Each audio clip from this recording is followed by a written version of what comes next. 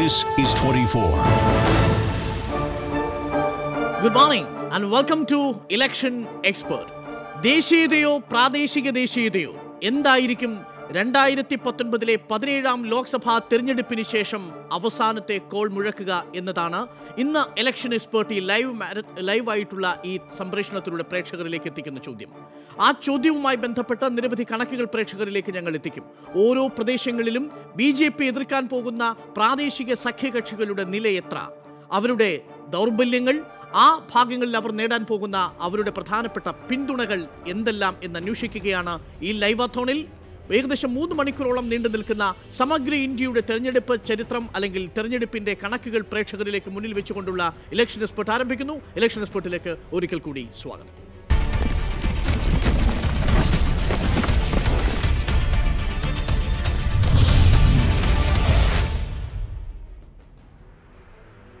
ഇന്ത്യയുടെ ജനാധിപത്യ ചരിത്രത്തിലെ ഒരു നിർണായക ബിന്ദുവിൽ നിന്നുകൊണ്ടാണ് ഈ 17ാം ലോക്സഭാ തെരഞ്ഞെടുപ്പിലേക്ക് രാജ്യം പോകുന്നത്. ഈ തെരഞ്ഞെടുപ്പിന് ശേഷം മെയ് 23-ന് ശേഷം ഉയരുന്ന പ്രധാനപ്പെട്ട ചോദ്യവും അതായിരിക്കും. ഏറ്റവും വലിയ ദേശീയ കക്ഷിയായി BJP അധികാരത്തിലേക്ക് വീണ്ടും തിരിച്ചു വരുമോ? NDA 336-ന്റെ പഴയ ചരിത്രം ആവർത്തിക്കുമോ? അതല്ലെങ്കിൽ ആരായിരിക്കും ഇന്ത്യയെ ഭരിക്കാൻ നിയുക്തമാവുക? ദേശീയ രാഷ്ട്രീയ പാർട്ടികളായിരിക്കുമോ പ്രധാനപ്പെട്ട കീ പ്ലേയേഴ്സ്, അഥവാ പ്രാദേശിക ദേശീയ കക്ഷികളാകുമോ എന്നാണ്. ആദ്യം നമുക്ക് 2014-ലെ തിരഞ്ഞെടുപ്പിന്റെ ചിത്രം നോക്കാം. 2014-ലെ തിരഞ്ഞെടുപ്പ് പെട്ടി പുറത്തേക്ക് വന്നപ്പോൾ, ഫലം പുറത്തേക്ക് കൊണ്ടുവന്നപ്പോൾ ഇതായിരുന്നു നമ്മൾ കണ്ടത്. മൊത്തം 543 ലോക്സഭാ മണ്ഡലങ്ങളിലേക്ക് നടന്ന തിരഞ്ഞെടുപ്പിൽ 2014-ൽ ചരിത്രത്തിൽ ആദ്യമായി ഏറ്റവും കൂടുതൽ സീറ്റ് നേടി BJP എന്ന രാഷ്ട്രീയ പാർട്ടി ഒറ്റക്കക്ഷിയാകുന്നതാണ് കണ്ടത്. ഒരുപക്ഷെ അടൽ ബിഹാരി വാജ്പേയി ഉണ്ടായിരുന്ന കാലഘട്ടത്തിൽ നിന്ന് വ്യത്യസ്തമായി ഒരു വലിയ മോദി തരംഗമാഞ്ഞടിച്ചതായിരുന്നു 2014-ന്റെ പ്രസക്തി. അങ്ങനെ NDA 336 സീറ്റുകളിലും UPA 60 സീറ്റുകളിലും ഇടത് കക്ഷികൾ 12 സീറ്റുകളിൽ ഒതുങ്ങി. അതേഴ്സ് എന്നൊരു വലിയ കാറ്റഗറി, ഏകദേശം 15ഓളം രാഷ്ട്രീയ പാർട്ടികൾ, അവർ 135 സീറ്റുകൾ പിടിച്ചു. പക്ഷേ അപ്പോഴും NDA ഏറ്റവും വലിയ മുന്നണിയായി, ഏറ്റവും കൂടുതൽ സീറ്റുകളുള്ള മുന്നണിയായി അധികാരത്തിലെത്തി. ഏറ്റവും ദയനീയമായ കാര്യം, ഇന്റർനാഷണൽ കോൺഗ്രസ് 44 സീറ്റുകളിൽ ഒതുക്കപ്പെട്ടു. 60 സീറ്റുകൾ മാത്രമാണ് UPAക്ക് 2 തവണ ഈ രാജ്യം ഭരിച്ച മുന്നണിക്ക് നേടാൻ സാധിച്ചത് 2014-ൽ എന്നതുകൂടി ഓർമ്മിക്കണം. നമുക്ക് നോക്കാം ഓരോ മുന്നണിയുടെയും പ്രധാന രാഷ്ട്രീയ പാർട്ടികൾ 2014-ൽ നേടിയ നേട്ടം എന്തൊക്കെയാണ്. ആദ്യം NDAയിലേക്ക് വരാം. NDA എന്ന BJPയുടെ പ്രധാനപ്പെട്ട സഖ്യകക്ഷികൾ ചേർന്ന് വന്ന മുന്നണി, ഇതായിരുന്നു NDAയുടെ നിലവിലുള്ള കണക്ക്. BJPയുടെ ശിവസേനയും TDPയും LGPയും BJP 282 സീറ്റുകളോടുകൂടി വൻ ഭൂരിപക്ഷത്തോടുകൂടി NDA മുന്നണിയെ നയിക്കാനിറങ്ങിയപ്പോൾ Shiv Sena 18, TDP 16, LJP 6, Akali Dal 4, RLSP 3, Apna Dal 2, then തമിഴ്നാട്ടിൽ നിന്ന് പട്ടാളി മക്കൾ കക്ഷി 1, സ്വാഭിമാൻ പക്ഷം മഹാരാഷ്ട്രയിൽ 1, NR കോൺഗ്രസ് ആന്ധ്രാപ്രദേശിൽ 1, NPP 1, NPF 1. ഇതായിരുന്നു NDAയുടെ രാഷ്ട്രീയ കക്ഷികളുടെ സീറ്റ് വിഹിതമെങ്കിൽ UPAയുടെ സീറ്റ് വിഹിതം വളരെ കൗതുകമുണ്ടാക്കുന്നതായിരുന്നു. 60 സീറ്റ് നേടിയ UPAയിൽ കോൺഗ്രസ്, ഓർമ്മിക്കണം, 1985-ൽ 404 സീറ്റുകൾ നേടിയ കോൺഗ്രസ് 44 സീറ്റുകളിലേക്കാണ് മാറിയത്. 44 സീറ്റുകളായതോടുകൂടി ഭരണകക്ഷിക്ക് പുറമെ മുഖ്യ പ്രതിപക്ഷ നേതാവിന് ലഭിക്കാവുന്ന ക്യാബിനറ്റ് പദവി പോലും കോൺഗ്രസിന് നേടാൻ സാധിച്ചില്ല. അങ്ങനെ ഇന്ത്യൻ പാർലമെന്റ് ചരിത്രത്തിൽ ആദ്യമായി 10% സീറ്റ് സിഗിക്കാൻ കഴിയാത്തതുകൊണ്ട് ഇന്ത്യൻ നാഷണൽ കോൺഗ്രസിന് പ്രതിപക്ഷ സ്ഥാനവും നഷ്ടപ്പെട്ടു. NCP 6, RJD 4, Muslim League 2, RSP 1, Kerala Congress 1, Kerala Congress JMM 2 എന്നായിരുന്നു സീറ്റ് നില. മൊത്തം നേടിയ 60 സീറ്റുകളിൽ കോൺഗ്രസിന്റെ പരിതാപകരമായ അവസ്ഥയിൽ നിന്നാണ് 2019-ലേക്ക് UPA കോൺഗ്രസ് സീറ്റ് നില മെച്ചപ്പെടുത്താൻ വരുന്നത്. 3 അക്കം കടക്കുക എന്നതിനും അപ്പുറത്തേക്ക് ഏറ്റവും കൂടുതൽ സീറ്റ് നേടുന്ന ഒരു രാഷ്ട്രീയ പാർട്ടി എന്ന നിലയിലേക്ക് കോൺഗ്രസ് മാറുമോ എന്നതാണ് ഏറ്റവും ശ്രദ്ധേയമായ കാര്യം. ഇനി ലെഫ്റ്റിന്റെ 2014-ലെ സീറ്റ് നിലയിലേക്ക് വന്നാൽ, ലെഫ്റ്റ് 2014-ൽ നേടിയ സീറ്റ് UPA 1-ൽ നിന്ന് വിഭിന്നമായി 12 സീറ്റുകളിൽ ഒതുങ്ങി എന്നതാണ് ഇതിൽ ഏറ്റവും പ്രാധാന്യം. CPM 6, 9, CPI 1, ദെൻ ഇടതുപക്ഷത്തോടൊപ്പം നിന്ന് സ്വതന്ത്രർ 2, അങ്ങനെ 12 സീറ്റുകൾ മാത്രമാണ് ലെഫ്റ്റിന് നേടാൻ സാധിച്ചത് 2014. ഇതിലേറ്റവും ശ്രദ്ധേയമായ കാര്യം, ഒരുപക്ഷെ 2019 ലോക്സഭാ തിരഞ്ഞെടുപ്പിൽ നിർണായകമെന്ന് നമ്മൾ കരുതുന്ന പ്രാദേശിക കക്ഷികളുടെ ഒരു വലിയ കൂട്ടായ്മ, അവയിൽ തന്നെ വ്യത്യസ്ത മുന്നണികളോട് പിന്നീട് പിന്തുണ പ്രഖ്യാപിച്ചവരുണ്ട്. അവർ അതേഴ്സ് എന്ന കാറ്റഗറിയിലാണ്. 135 സീറ്റുകളാണ് അതേഴ്സ് എന്ന ഈ മറ്റുള്ള ഈ രാഷ്ട്രീയ കക്ഷികൾ നേടിയത്. അവരുടെ സീറ്റ് നില കൂടി നമുക്ക് വളരെ പെട്ടെന്ന് ഒന്ന് പരിചയപ്പെടാം. മറ്റുള്ളവരിൽ ഏറ്റവും പ്രധാനപ്പെട്ട പൊസിഷനിൽ ഉണ്ടായിരുന്നത് അണ്ണാ DMK ആണ്. Anna DMK 37, then Trinamool Congress 34, BJD 20, TRS 11, YSR Congress 9. Aam Aadmi party, Samajwadi party, AIUDF തുടങ്ങിയവരാണ് രണ്ടാമത്തെ കാറ്റഗറിയിലുള്ളത്. ഇതിൽ സമാജ്വാദി പാർട്ടി ഉത്തർപ്രദേശിൽ 5 സീറ്റുകളിലേക്ക് ഒതുങ്ങുന്നതാണ് കണ്ടത്. ആം ആദ്മി പാർട്ടിക്ക് 4 സീറ്റുകൾ പഞ്ചാബിൽ ലഭിക്കുന്നു.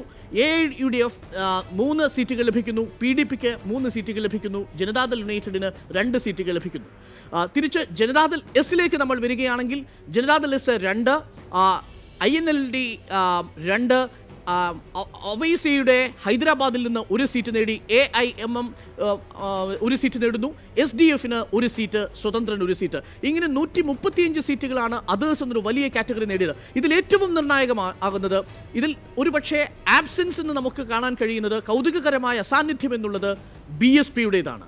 ഒരൊറ്റ സീറ്റ് പോലും BSPക്ക് 2014 ഈ അതേഴ്സ് എന്ന കാറ്റഗറിയിൽ നേടാൻ സാധിച്ചില്ല എന്നതുകൂടി ശ്രദ്ധിക്കണം. എന്നാൽ 2019 ആകുമ്പോഴേക്കും ഈ അതേഴ്സ് എന്ന കാറ്റഗറി ശ്രദ്ധേയമാകുന്നത്, ഇതിൽ ഏറ്റവും കൂടുതൽ സ്ട്രൈക്കിംഗ് ആയിട്ടുള്ള ശക്തി എന്ന് പറയുന്നത് അണ്ണാ DMKയ്ക്കും അപ്പുറം DMK ആണ് എന്നതും ഓർമ്മിക്കണം. ഈ പട്ടികയിൽ ഇല്ലാതെ പോയ DMKയും BSPയുമാണ് ഒരുപക്ഷെ 2019 കീ റീജിയണൽ പ്ലേയേഴ്സ് എന്നതുകൂടി ഓർമ്മിപ്പിക്കുന്നു. തൃണമൂൽ കോൺഗ്രസ് 34 സീറ്റാണ് 2014 നേടിയതെങ്കിൽ തൃണമൂൽ കോൺഗ്രസ് നില മെച്ചപ്പെടുത്തുമോ എന്നതും വളരെ പ്രധാനപ്പെട്ട കാര്യമാണ്. നിലവിൽ ഇതാണ് 2014 സീറ്റ് നിലയും മുന്നണി തിരിച്ചുള്ള ഓരോ രാഷ്ട്രീയ കക്ഷികളുടെയും സീറ്റ് നില. ഇതിൽ നിന്ന് പ്രേക്ഷകരിലേക്ക് എത്തുന്ന ഒരു പ്രധാനപ്പെട്ട ചോദ്യവും ഇതാണ്: ഇതിലേത് മുന്നണി അല്ലെങ്കിൽ ഇതേത് ഗ്രൂപ്പ് ആയിരിക്കാം 2019 നിർണായകമാവുക? NDA, UPA, ലെഫ്റ്റ് ഇടത് കക്ഷികൾ, അതല്ലെങ്കിൽ ഇടത് കക്ഷികളോട് ചേർന്ന് നിൽക്കാത്ത മഹാഗഡ്ബന്ധൻ അടക്കമുള്ള മറ്റ് അതേഴ്സ് എന്ന കാറ്റഗറി? പ്രാദേശിക ദേശീയതയായിരിക്കുമോ 2019 തിരഞ്ഞെടുപ്പിന് ശേഷം ഏറ്റവും പ്രസക്തമാവുക എന്നതാണ് ചോദ്യം. ഞാൻ ഗോപിയിലേക്ക് പോകുന്നു. ഗോപികൃഷ്ണൻ നമുക്കൊപ്പം ചേരുന്നു. ഗോപികൃഷ്ണൻ, 2014 തിരഞ്ഞെടുപ്പിൻ്റെ ഫലത്തെ നമ്മൾ അനലൈസ് ചെയ്യുമ്പോൾ കാണാൻ സാധിക്കുന്നത്, 2014 അസാന്നിധ്യം കൊണ്ട് ശ്രദ്ധിക്കപ്പെട്ടവർ 2019 കീ പ്ലേയേഴ്സ് ആയിട്ട് വരുമോ എന്നുള്ളതാണ് ഒരു ചോദ്യം.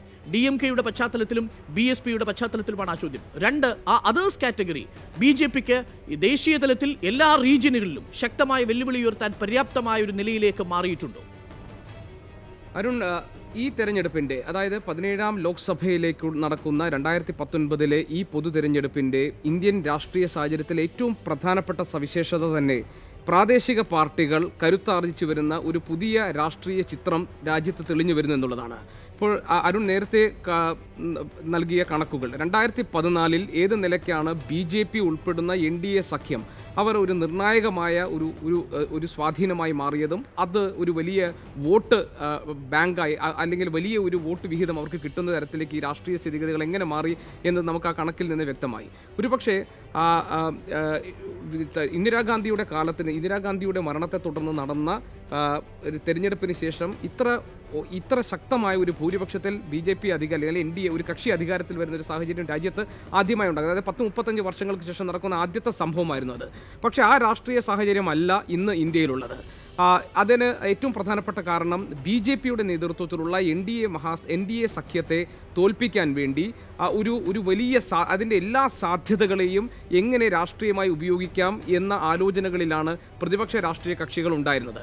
പക്ഷേ ഈ തെരഞ്ഞെടുപ്പിന് മുൻപ് ചർച്ച ചെയ്യപ്പെട്ട പല വിഷയങ്ങളിലും അന്ന് സ്വീകരിച്ചിരുന്ന നിലപാടുകളുടെ അടിസ്ഥാനത്തിൽ നേരത്തെ നമ്മൾ മുൻ നിശ്ചയിച്ചിരുന്നത് പോലെ ഒരു വലിയ പ്രതിപക്ഷ സഖ്യം അല്ലെങ്കിൽ ജനാധിപത്യ മതേതര സഖ്യം എന്ന പേരിലുള്ള ആ തരത്തിലുള്ള ഒരു വലിയ കൂട്ടായ്മ രൂപപ്പെടുത്തി ഒരു സ്ട്രോങ് ഫൈറ്റ് നൽകാൻ കഴിയുന്ന ഒരു നിലയിലേക്ക് അത് മാറിയിരുന്നില്ല.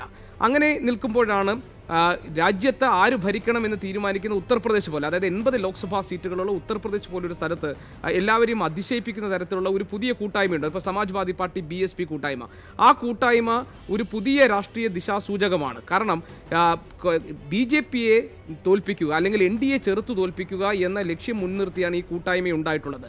അവിടെ കോൺഗ്രസിനെ ഭാഗമാക്കാൻ അല്ലെങ്കിൽ കോൺഗ്രസിനെ അതിനോടൊപ്പം ചേർക്കാൻ കഴിഞ്ഞില്ല എന്നൊരു പോരായ്മ അവിടെ നിലനിൽക്കുന്നുണ്ട് വിവിധ സംസ്ഥാനങ്ങളിൽ. ഇപ്പോൾ ഉദാഹരണത്തിന് തമിഴ്നാട്ടിൽ രൂപപ്പെട്ടിരിക്കുന്ന ഈ സഖ്യം, അതായത് ഒരു ഭാഗത്ത് രണ്ട് മുന്നണികൾ തമ്മിലുള്ള ഒരു ഏറ്റുമുട്ടൽ തന്നെയായി തമിഴ്നാട്ടിൽ മാറുകയാണ്. NDA UPA എന്ന രണ്ട് മുന്നണികൾ തമ്മിൽ നേർക്കുനേർ ഏറ്റുമുട്ടുന്ന ഒരു ഘട്ടം തമിഴ്നാട്ടിൽ വരികയാണ്. അവിടെ UPയുടെ സഖ്യത്തിൽ DMK ഉൾപ്പെടുന്ന ഒരു UPA സഖ്യം, കോൺഗ്രസ് ഉൾപ്പെടുന്ന ഒരു CPM ഉൾപ്പെടുന്ന ഒരു UPA സഖ്യം ഉണ്ടാകുന്നു.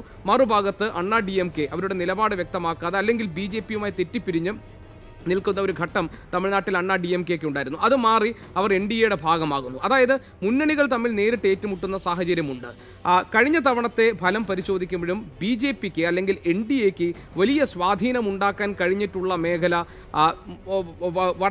ഉത്തരേന്ത്യയിലാണ്. അതായത് നമ്മൾ പറയുന്ന ഹിന്ദി ഹാർട്ട്ലാൻഡിലാണ് വലിയ മൃഗീയമായ ഭൂരിപക്ഷം നേടിക്കൊണ്ട് അവർക്ക് അധികാരത്തിൽ വരാൻ സാധിച്ചിട്ടുള്ളത്.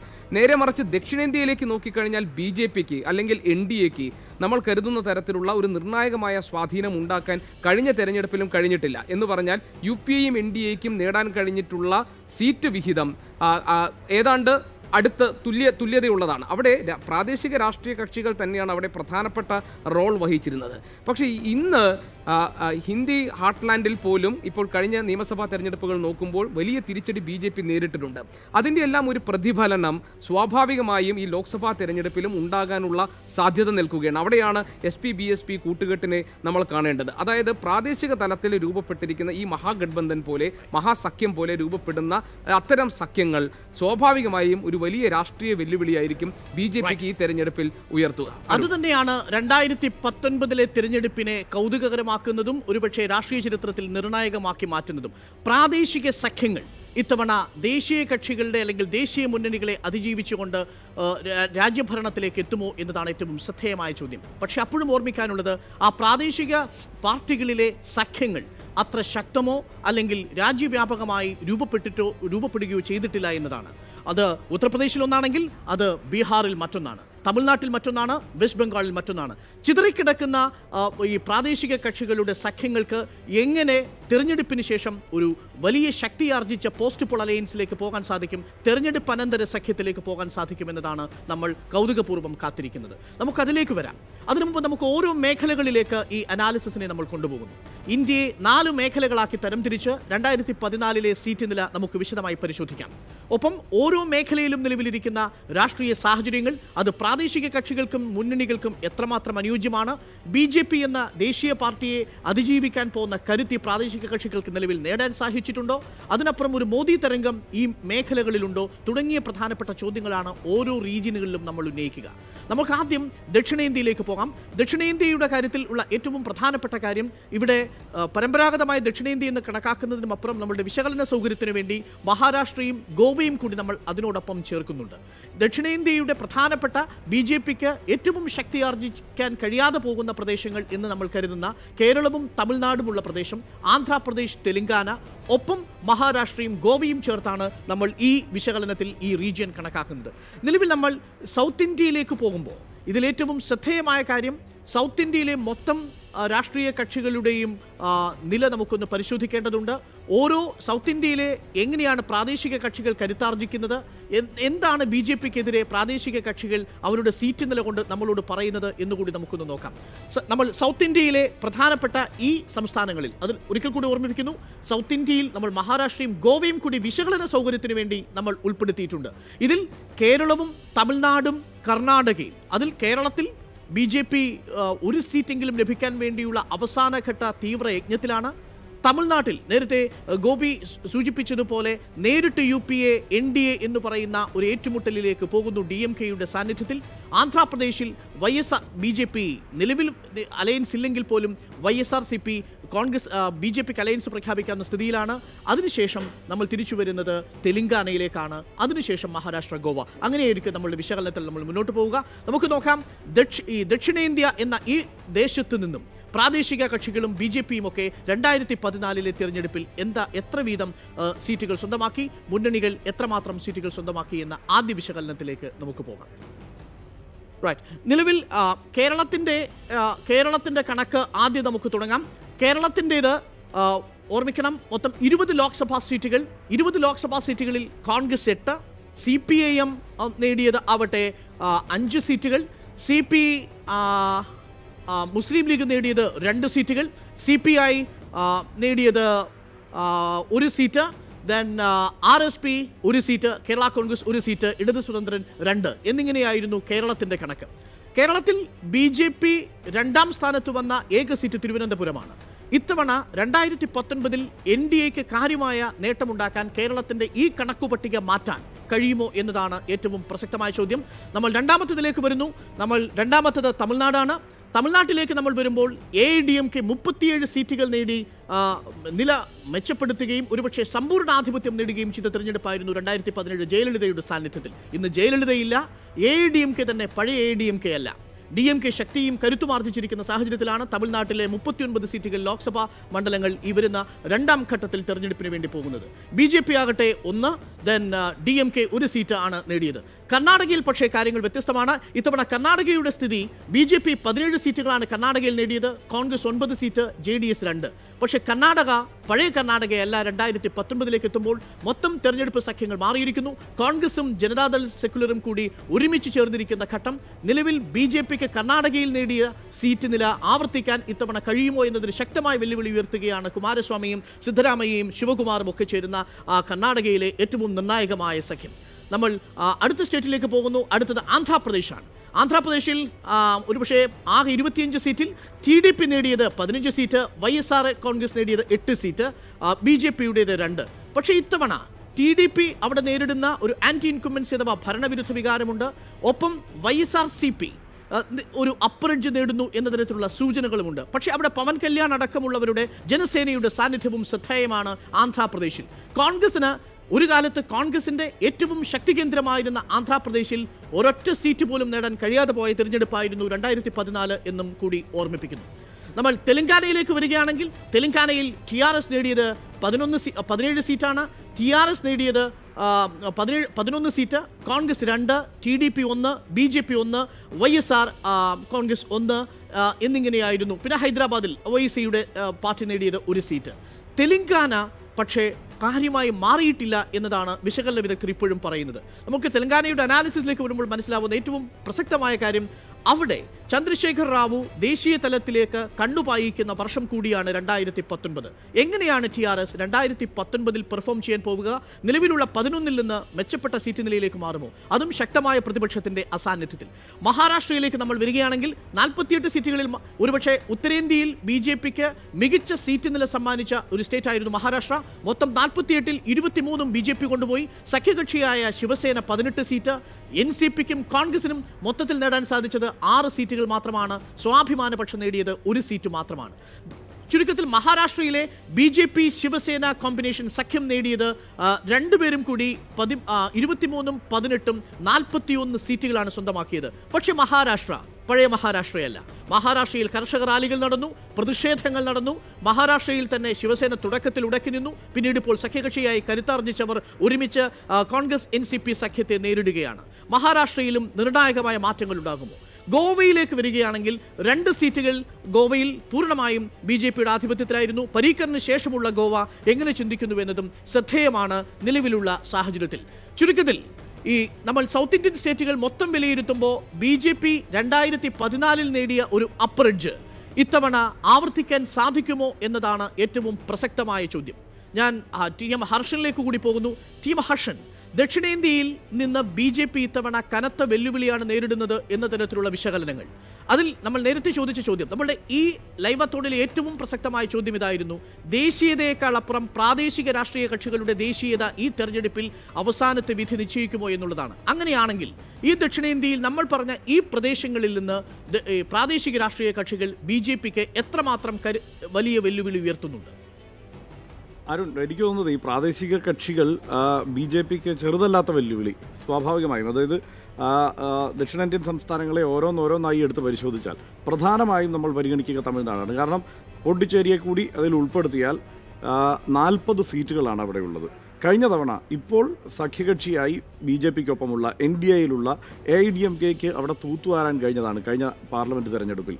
ഇക്കുറി സ്ഥിതി വ്യത്യസ്തമാണ്. കാരണം അവിടെ NDAക്ക് വളരെ കൃത്യമായി ഒരു മുന്നണി ഉണ്ടാക്കാനൊക്കെ കഴിഞ്ഞിട്ടുണ്ട്. AIDMKക്കൊപ്പം ആദ്യമായാണ് ഒരു പ്രമുഖ ദ്രാവിഡ പാർട്ടിയുമായി തമിഴ്നാട്ടിൽ BJPക്ക് ഒരു മുന്നണിയിലേക്ക് എത്താൻ കഴിയുന്നത്. ആ മട്ടിൽ ഒരു മികച്ച മുന്നണി അവിടെ രൂപപ്പെടുത്താൻ കഴിഞ്ഞിട്ടുണ്ട്. DMDK അവർക്കൊപ്പം ഉണ്ട്. അതായത് തമിഴ്നാട്ടിലെ പ്രധാന പ്രതിപക്ഷ പാർട്ടിയായ DMDKയും ആ ഒപ്പം പോയല്ലോ. അതായത് പ്രതിപക്ഷ നേതാവായിരുന്നത് വിജയകാന്താണ്. അദ്ദേഹവും ഈ മുന്നണിക്കൊപ്പമാണ് നിൽക്കുന്നത്, അതായത് NDAക്കൊപ്പമാണ് നിൽക്കുന്നത്. അങ്ങനെ ഒരു മികച്ച മുന്നണി പരുവപ്പെടുത്താൻ എന്തായാലും അവിടെ BJPക്ക് കഴിഞ്ഞിട്ടുണ്ട്. ആ കാര്യത്തിൽ സംശയമില്ല. പക്ഷേ തമിഴ്നാടിൻ്റെ ഒരു ചരിത്രം എന്നത് അവിടെ ആർക്കെങ്കിലും അനുകൂലമായ ഒരു തരംഗമാണ് എല്ലാ തെരഞ്ഞെടുപ്പിലും ഉണ്ടാവാറ്. ഇക്കുറി അത് DMK മുന്നണി വല്ലാതെ പ്രതീക്ഷിക്കുന്നുമുണ്ട്. അവിടെ DMK മുന്നണി തരക്കേടില്ലാത്ത ഒരു സഖ്യം അവിടെ രൂപപ്പെടുത്തിയിരിക്കുന്നു. കോൺഗ്രസിനും സമാനമായ ഒരു സഖ്യം അവിടെ രൂപപ്പെടുത്താൻ കഴിഞ്ഞിരിക്കുന്നു എന്നതാണ്. അതായത് കോൺഗ്രസും DMKയും CPMഉം CPIയും എല്ലാം ഉൾപ്പെടുന്ന ഒരു മുന്നണി, അതും കരുത്തുറ്റ ഒരു മുന്നണി അവിടെ പരുവപ്പെടുത്താൻ കഴിഞ്ഞിരിക്കുന്നു. മാത്രമല്ല അവിടുത്തെ പ്രചാരണ രംഗത്ത് നേരത്തെ ആരും സൂചിപ്പിച്ച വിഷയങ്ങളാണ് ഏറ്റവും ഉയർന്നു നിൽക്കുന്നത്. ഈ ദേശീയതയുമായി ബന്ധപ്പെട്ട വിഷയങ്ങൾ, പ്രാദേശിക ദേശീയതയുമായി ബന്ധപ്പെട്ട വിഷയങ്ങൾ, ഇതെല്ലാമാണ് അവിടുത്തെ പ്രചാരണ രംഗത്ത് ഇപ്പോൾ ഏറ്റവും സജീവമായുള്ളത്. ഈ വിഷയങ്ങളിലൊക്കെ ഒരു പരിധിവരെ അവിടെ NDA പ്രതിരോധത്തിലുമാണ്. കാരണം ഓരോ വിഷയങ്ങളും അവതരിപ്പിക്കുമ്പോൾ ഇപ്പോൾ തമിഴനെ അല്ലെങ്കിൽ ദക്ഷിണേന്ത്യക്കാരനെ രണ്ടാം തരം പൗരനായി കണക്കാക്കുന്നു എന്ന രാഹുൽ ഗാന്ധിയുടെ മുദ്രാവാക്യം അവിടെ നന്നായി ക്ലച്ച് പിടിച്ചിട്ടുണ്ട്. അദ്ദേഹം അത് കേരളത്തിൽ വന്ന് പറയുന്നെങ്കിലും കേരളത്തിൽ അതിന് ആ മട്ടിലുള്ള ഒരു ആവേശം കേരളത്തിൽ ജനിപ്പിക്കാൻ കഴിഞ്ഞിട്ടില്ലെങ്കിലും അത് തമിഴ്നാട്ടിൽ നന്നായി ക്ലച്ച് പിടിച്ചിട്ടുണ്ട് എന്നതാണ് അവിടുത്തെ ഏറ്റവും ഒടുവിലെ അവിടുത്തെ പ്രചാരണ സാഹചര്യം പരിശോധിക്കുമ്പോൾ നമുക്ക് മനസ്സിലാക്കാൻ കഴിയുന്നത്. അങ്ങനെ ദക്ഷിണേന്ത്യയിലെ ഏറ്റവും ശക്തമായ സംസ്ഥാനം, ഏറ്റവും അധികം സീറ്റുകളുള്ള, ഏറ്റവും ഈ തെരഞ്ഞെടുപ്പിൽ നിർണായകമാകാൻ സാധ്യതയുള്ള സംസ്ഥാനത്ത് ഈ പറഞ്ഞ BJPയേക്കാൾ ഒരു എഡ്ജ്, അല്ലെങ്കിൽ NDA മുന്നണിയേക്കാൾ ഒരു എഡ്ജ് അവിടെ AIDMKക്ക് ലഭിച്ചിട്ടുണ്ട് എന്നതാണ്. അതായത് UPAക്ക് ലഭിച്ചിട്ടുണ്ട്. UPA എന്ന് തന്നെ പറയാമല്ലോ, DMK ഉൾപ്പെടുന്ന UPAക്ക് ലഭിച്ചിട്ടുണ്ട്. അങ്ങനെ NDA UPA എന്ന ദ്വന്ദ്വം നേരിട്ട് ഏറ്റുമുട്ടുന്ന ദക്ഷിണേന്ത്യയിലെ ഏറ്റവും പ്രധാനപ്പെട്ട സംസ്ഥാനം, ഏറ്റവും അധികം സീറ്റുകളുള്ള സംസ്ഥാനത്ത് അവിടെ NDA ഒരു പ്രതിരോധത്തിലാണ് എന്നത് തന്നെയാണ് വാസ്തവം. തിരഞ്ഞെടുപ്പ് ഘട്ടത്തിൽ അല്ലെങ്കിൽ തിരഞ്ഞെടുപ്പ് കഴിഞ്ഞ ഉടൻ തന്നെ 37 സീറ്റുമായിട്ടാണ് ജയലളിത നിന്നത്. 37 സീറ്റുമായിട്ട് ജയലളിത നിന്ന സമയത്ത് സ്വാഭാവികമായും ജയലളിത കരുതിയിരുന്നത് ഒരു പ്രധാനമന്ത്രിയാകാനുള്ള ഒരു സാധ്യത പോലും. കാരണം എന്ന് വെച്ചാൽ തുടക്കത്തിൽ ഈ പറഞ്ഞ നമ്മൾ ഇന്ന് പറഞ്ഞതുപോലെ തന്നെ മറ്റൊരു സിനാരിയോ ആ സമയത്തുണ്ടായിരുന്നു. അതായത് പ്രാദേശിക രാഷ്ട്രീയ കക്ഷികൾ വലിയ സീറ്റ് നിലയുമായി വേണമെങ്കിൽ അവർക്ക് വലിയ ക്ലെയിം ഉന്നയിക്കാൻ കഴിയും. ഇപ്പോൾ മമതാ ബാനർജി കഴിഞ്ഞ തവണ ഇതുപോലെ തയ്യാറെടുത്തതാണ്. ഇന്ന് തമിഴ്നാട് പറയുമ്പോൾ തമിഴ്നാട്ടിൽ ഇന്ന് ആ സ്ഥിതി മാറി. കാരണം കലൈഞ്ഞർ കരുണാനിധിയും പുരട്ചി തലൈവി ജയലളിതയും ഇല്ലാത്തൊരു തെരഞ്ഞെടുപ്പാണ്. അനാഥമാക്കപ്പെട്ട രണ്ട് പ്രധാനപ്പെട്ട പാർട്ടികൾ അണ്ണാ DMKയും. അവിടെ ഹർഷൻ പറഞ്ഞതുപോലെ തന്നെ ഇപ്പോൾ DMKക്ക് അനുകൂലമായ ഒരു രാഷ്ട്രീയ സാഹചര്യം തമിഴ്നാട്ടിൽ രൂപപ്പെട്ടിട്ടുണ്ട്. സ്റ്റാലിൻ എന്ന് പറയുന്ന രാഷ്ട്രീയ നേതാവിൻ്റെ രാഷ്ട്രീയ ഭാവി നിശ്ചയിക്കപ്പെടാൻ പോകുന്ന ഒരു തെരഞ്ഞെടുപ്പ് കൂടിയാണ്. കാരണം ജനങ്ങളെ, അല്ലെങ്കിൽ തമിഴ്നാട്ടിലെ ജനങ്ങളെ ഒന്നിച്ചു നിർത്താൻ കഴിയുന്ന ഒരു നേതാവായി സ്റ്റാലിൻ എത്രമാത്രം പരുവപ്പെട്ടിട്ടുണ്ട് എന്നുകൂടി ടെസ്റ്റ് ചെയ്യപ്പെടുന്ന ഒരു ഘട്ടമാണ്. കഴിഞ്ഞ തെരഞ്ഞെടുപ്പിലൊക്കെ വലിയ അഴിമതി ആരോപണങ്ങളുടെ നിഴലിലായിരുന്നു. ഈ തെരഞ്ഞെടുപ്പ് വരുമ്പോഴേക്ക് ഈ അഴിമതി ആരോപണങ്ങളിൽ, ആ കേസുകളിലെല്ലാം ഒരു തീരുമാനം ഉണ്ടായി. അത് നേരെ മറുകണ്ഠത്തിൽ പോയി. തീർച്ചയായും അതാണ് ഒരു പ്രധാനപ്പെട്ട കാര്യം. കാരണം ഈ അഴിമതി ആരോപണങ്ങളിൽ നിന്ന് രക്ഷപ്പെടാൻ അവിടെ DMKക്ക് കഴിഞ്ഞിട്ടുണ്ട്. പക്ഷേ ഇതെല്ലാം ആയിരിക്കുമ്പോഴും ചില ചെറിയ പ്രശ്നങ്ങളുണ്ട്. കാരണം അവിടെ ഈ കമലഹാസന്റെ പാർട്ടിയൊക്കെ വലിയൊരു നിർണായകമായ ഒരു ഘടകമായില്ലെങ്കിലും അവിടെയും ഇവിടെയും മത്സരിക്കുന്നുണ്ട്. ഈ പറഞ്ഞതുപോലെ കേരളത്തിൽ ശബരിമല വിഷയത്തെക്കുറിച്ച് പറയുന്നത് അല്ലാതെ എങ്ങനെയാണ് പ്രതിഫലിക്കുക എന്നറിയില്ല എന്ന് പറയുന്നത് തീർച്ചയായും ഒരു വലിയ സാന്നിധ്യമല്ല.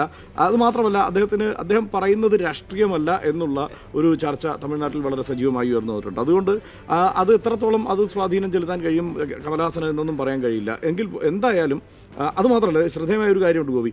ഈ കഴിഞ്ഞ ദിവസം ഇന്നലെയൊക്കെ തേനിയിലടക്കം പ്രധാനമന്ത്രി നരേന്ദ്രമോദി പ്രചാരണ രംഗത്ത് ഏറ്റവും ഉയർത്തിക്കാട്ടിയ വിഷയം എന്നത് ശബരിമലയാണ്.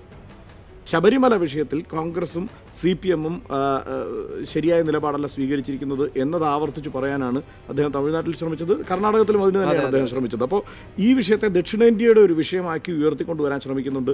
ഈ ശബരിമല വിഷയം കേരളത്തിലേതുപോലെ തന്നെ തമിഴ്നാട്ടിൽ ഏത് തരത്തിലായിരിക്കും പ്രതിഫലിക്കുക എന്നതുകൂടി കാത്തിരുന്ന് കാണേണ്ടതുണ്ട്. പക്ഷേ തമിഴ്നാട്ടിൽ വേറൊരു രസകരമായ സംഭവം വെച്ചാൽ തമിഴ്നാട്ടിൽ കഴിഞ്ഞ തവണ ഇപ്പോൾ കരുണാനിധിയും ജയലളിതയും ഒക്കെ മുൻനിർത്തിയായിരുന്നു നമ്മൾ തെരഞ്ഞെടുപ്പ് കാര്യങ്ങൾ ചർച്ച ചെയ്തെങ്കിൽ ഇത്തവണ ആ സ്ഥാനം പ്രകടന പത്രിക ഏറ്റെടുത്തിട്ടുണ്ട്. കാരണം പ്രകടന പത്രികയിലെ വാഗ്ദാനങ്ങൾ എത്രമാത്രം ഇപ്പോൾ UPA ദേശീയ തലത്തിൽ പ്രഖ്യാപിച്ചിട്ടുള്ള വാഗ്ദാനത്തിന് സമാനമായ ഒന്നാണ് DMK. അവിടെ അത് എത്രമാത്രം പ്രായോഗികമാണെന്നറിയില്ല. പക്ഷേ DMKയുടെ പ്രകടന പത്രികയിൽ പ്രധാന വാഗ്ദാനം തന്നെ അതാണ്. മാത്രമല്ല കർഷകരുടെ പ്രശ്നങ്ങൾ ഒരു വലിയ ഘടകമാണ് തമിഴ്നാട്ടിൽ. അത് മാത്രമല്ല, ഇന്ത്യ ശ്രദ്ധിച്ച കർഷക പ്രക്ഷോഭങ്ങൾ ഉയർന്നു വന്നത് തമിഴ്നാട്ടിൽ നിന്നാണ്. ആദ്യം അതിൻ്റെ തുടക്കം എന്ന് പറയുന്നത് തമിഴ്നാട്ടിലാണ് NDA സർക്കാരിനെതിരെ. അതൊരു ഘടകമായി വരും. അതുപോലെ കർണാടകത്തിലേക്ക് പോയാൽ, കർണാടകത്തിൽ ഒരു ശക്തമായ സഖ്യമുണ്ടാക്കാൻ അവിടെ JDS സഖ്യത്തിന് സാധിച്ചു. അതായത് തമിഴ്നാട് പോലെ ഉറച്ച സഖ്യമുണ്ട് കർണാടകത്തിലും എന്നത് വാസ്തവമാണ്. അത് നമുക്ക് അംഗീകരിക്കാതെ തരമില്ല. അവിടെ ഈ അവസാന ഘട്ടത്തിൽ, അതായത് യെദ്യൂരപ്പയുമായി ബന്ധപ്പെട്ടൊക്കെയുള്ള വിവാദങ്ങൾ, അഴിമതി ആരോപണങ്ങളൊക്കെ BJP NDAയെ പ്രതിരോധത്തിലാക്കിയിട്ടുമുണ്ട്. അത് ഞാൻ പറഞ്ഞു വന്നത്, ഉത്തരേന്ത്യയിൽ പ്രതീക്ഷിക്കുന്നത് പോലെ അല്ലെങ്കിൽ ഉത്തരേന്ത്യയിൽ നഷ്ടപ്പെടുന്ന സീറ്റുകൾ ദക്ഷിണേന്ത്യയിൽ നിന്ന് നേടാം എന്നതാണ് BJPയുടെ ഒരു വിശാലമായ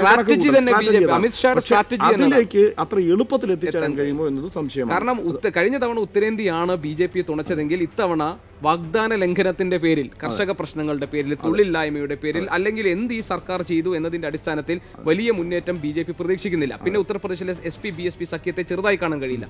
അർഷൻ പറഞ്ഞതുപോലെ BJPയുടെ സ്ട്രാറ്റജി എന്ന് പറയുന്നത് ഇത് മേക്കപ്പ് ചെയ്യാൻ ദക്ഷിണേന്ത്യൻ സംസ്ഥാനങ്ങളിലെ ഈ പുതിയ സഖ്യം കൊണ്ട്, അതുകൊണ്ടാണ് അവർ എല്ലാ തരത്തിലുള്ള സ്ട്രാറ്റജിയും തമിഴ്നാട്ടിലടക്കം ഉപയോഗിക്കുന്നത്. പക്ഷേ അവർ കരുതുന്നത് പോലെ, കണക്ക് കൂട്ടുന്നത് പോലെ കാര്യങ്ങൾ അത്ര അനുകൂലമല്ല ദക്ഷിണേന്ത്യൻ സംസ്ഥാനങ്ങളിലെ പ്രാദേശിക പാർട്ടികളുമായുള്ള സഖ്യം. അതുപോലെ തന്നെയാണ് ഈ പറഞ്ഞ നേരത്തെ അരുൺ സൂചിപ്പിച്ച ആ കണക്കുകൾ പരിശോധിച്ചാൽ മനസ്സിലാവും. ഈ ആന്ധ്രാപ്രദേശിലും തെലങ്കാനയിലും BJP ക്യാമറ്റിൽ ഒരു മുന്നേറ്റം പ്രതീക്ഷിക്കുക തൽക്കാലം സാധ്യമല്ല. അവിടെ വേറെയാണ് രാഷ്ട്രീയം, അവിടെ വിഷയങ്ങൾ മറ്റു ചിലതാണ്. അതുകൊണ്ട് അവിടുത്തെ പ്രാദേശിക വിഷയങ്ങളും പ്രാദേശിക രാഷ്ട്രീയവുമാണ്. ആദ്യമൊക്കെ ജഗൻമോഹൻ റെഡ്ഡി ഒരുപക്ഷെ NDAക്ക് അനുകൂലമായ നിലപാട് സ്വീകരിച്ചേക്കുമെന്നുള്ള സൂചനയുണ്ടായിരുന്നു. പക്ഷേ അവസാനം അദ്ദേഹം വളരെ കൃത്യമായി പറഞ്ഞു, ഞാൻ കോൺഗ്രസിനോട് ക്ഷമിച്ചിരിക്കുന്നു. അത് പ്രഖ്യാപിക്കുകയും അതിനുശേഷം അങ്ങോട്ട് കോൺഗ്രസിനെതിരെ ഒരക്ഷരം മിണ്ടാൻ ജഗൻമോഹൻ റെഡ്ഡി തയ്യാറായിട്ടില്ല എന്നതും ശ്രദ്ധേയമാണ്. നമ്മൾ പ്രതീക്ഷിച്ചതുപോലെ അങ്ങനെ ലളിതമായി NDA പറഞ്ഞത് ഞങ്ങൾ ഒരു ക്ലെയിം മുന്നോട്ട് ഞങ്ങൾ വിൽപ്പനയ്ക്ക് വെച്ചിരിക്കുകയാണ്. കാരണം ഞങ്ങൾ തീരുമാനിച്ചിട്ടില്ല ചിത്രം തെളിയട്ടെ. ആദ്യം ജഗൻമോഹൻ റെഡ്ഡിയും അത് തന്നെയായിരുന്നു. പിന്നെ കേരളത്തിലേക്ക് വരാം. ദക്ഷിണേന്ത്യൻ സംസ്ഥാനം എന്ന നിലയ്ക്ക് കേരളത്തിൽ ഈ 20 സീറ്റുകളുടെ കാര്യം പരിശോധിച്ചാൽ ഇവിടെ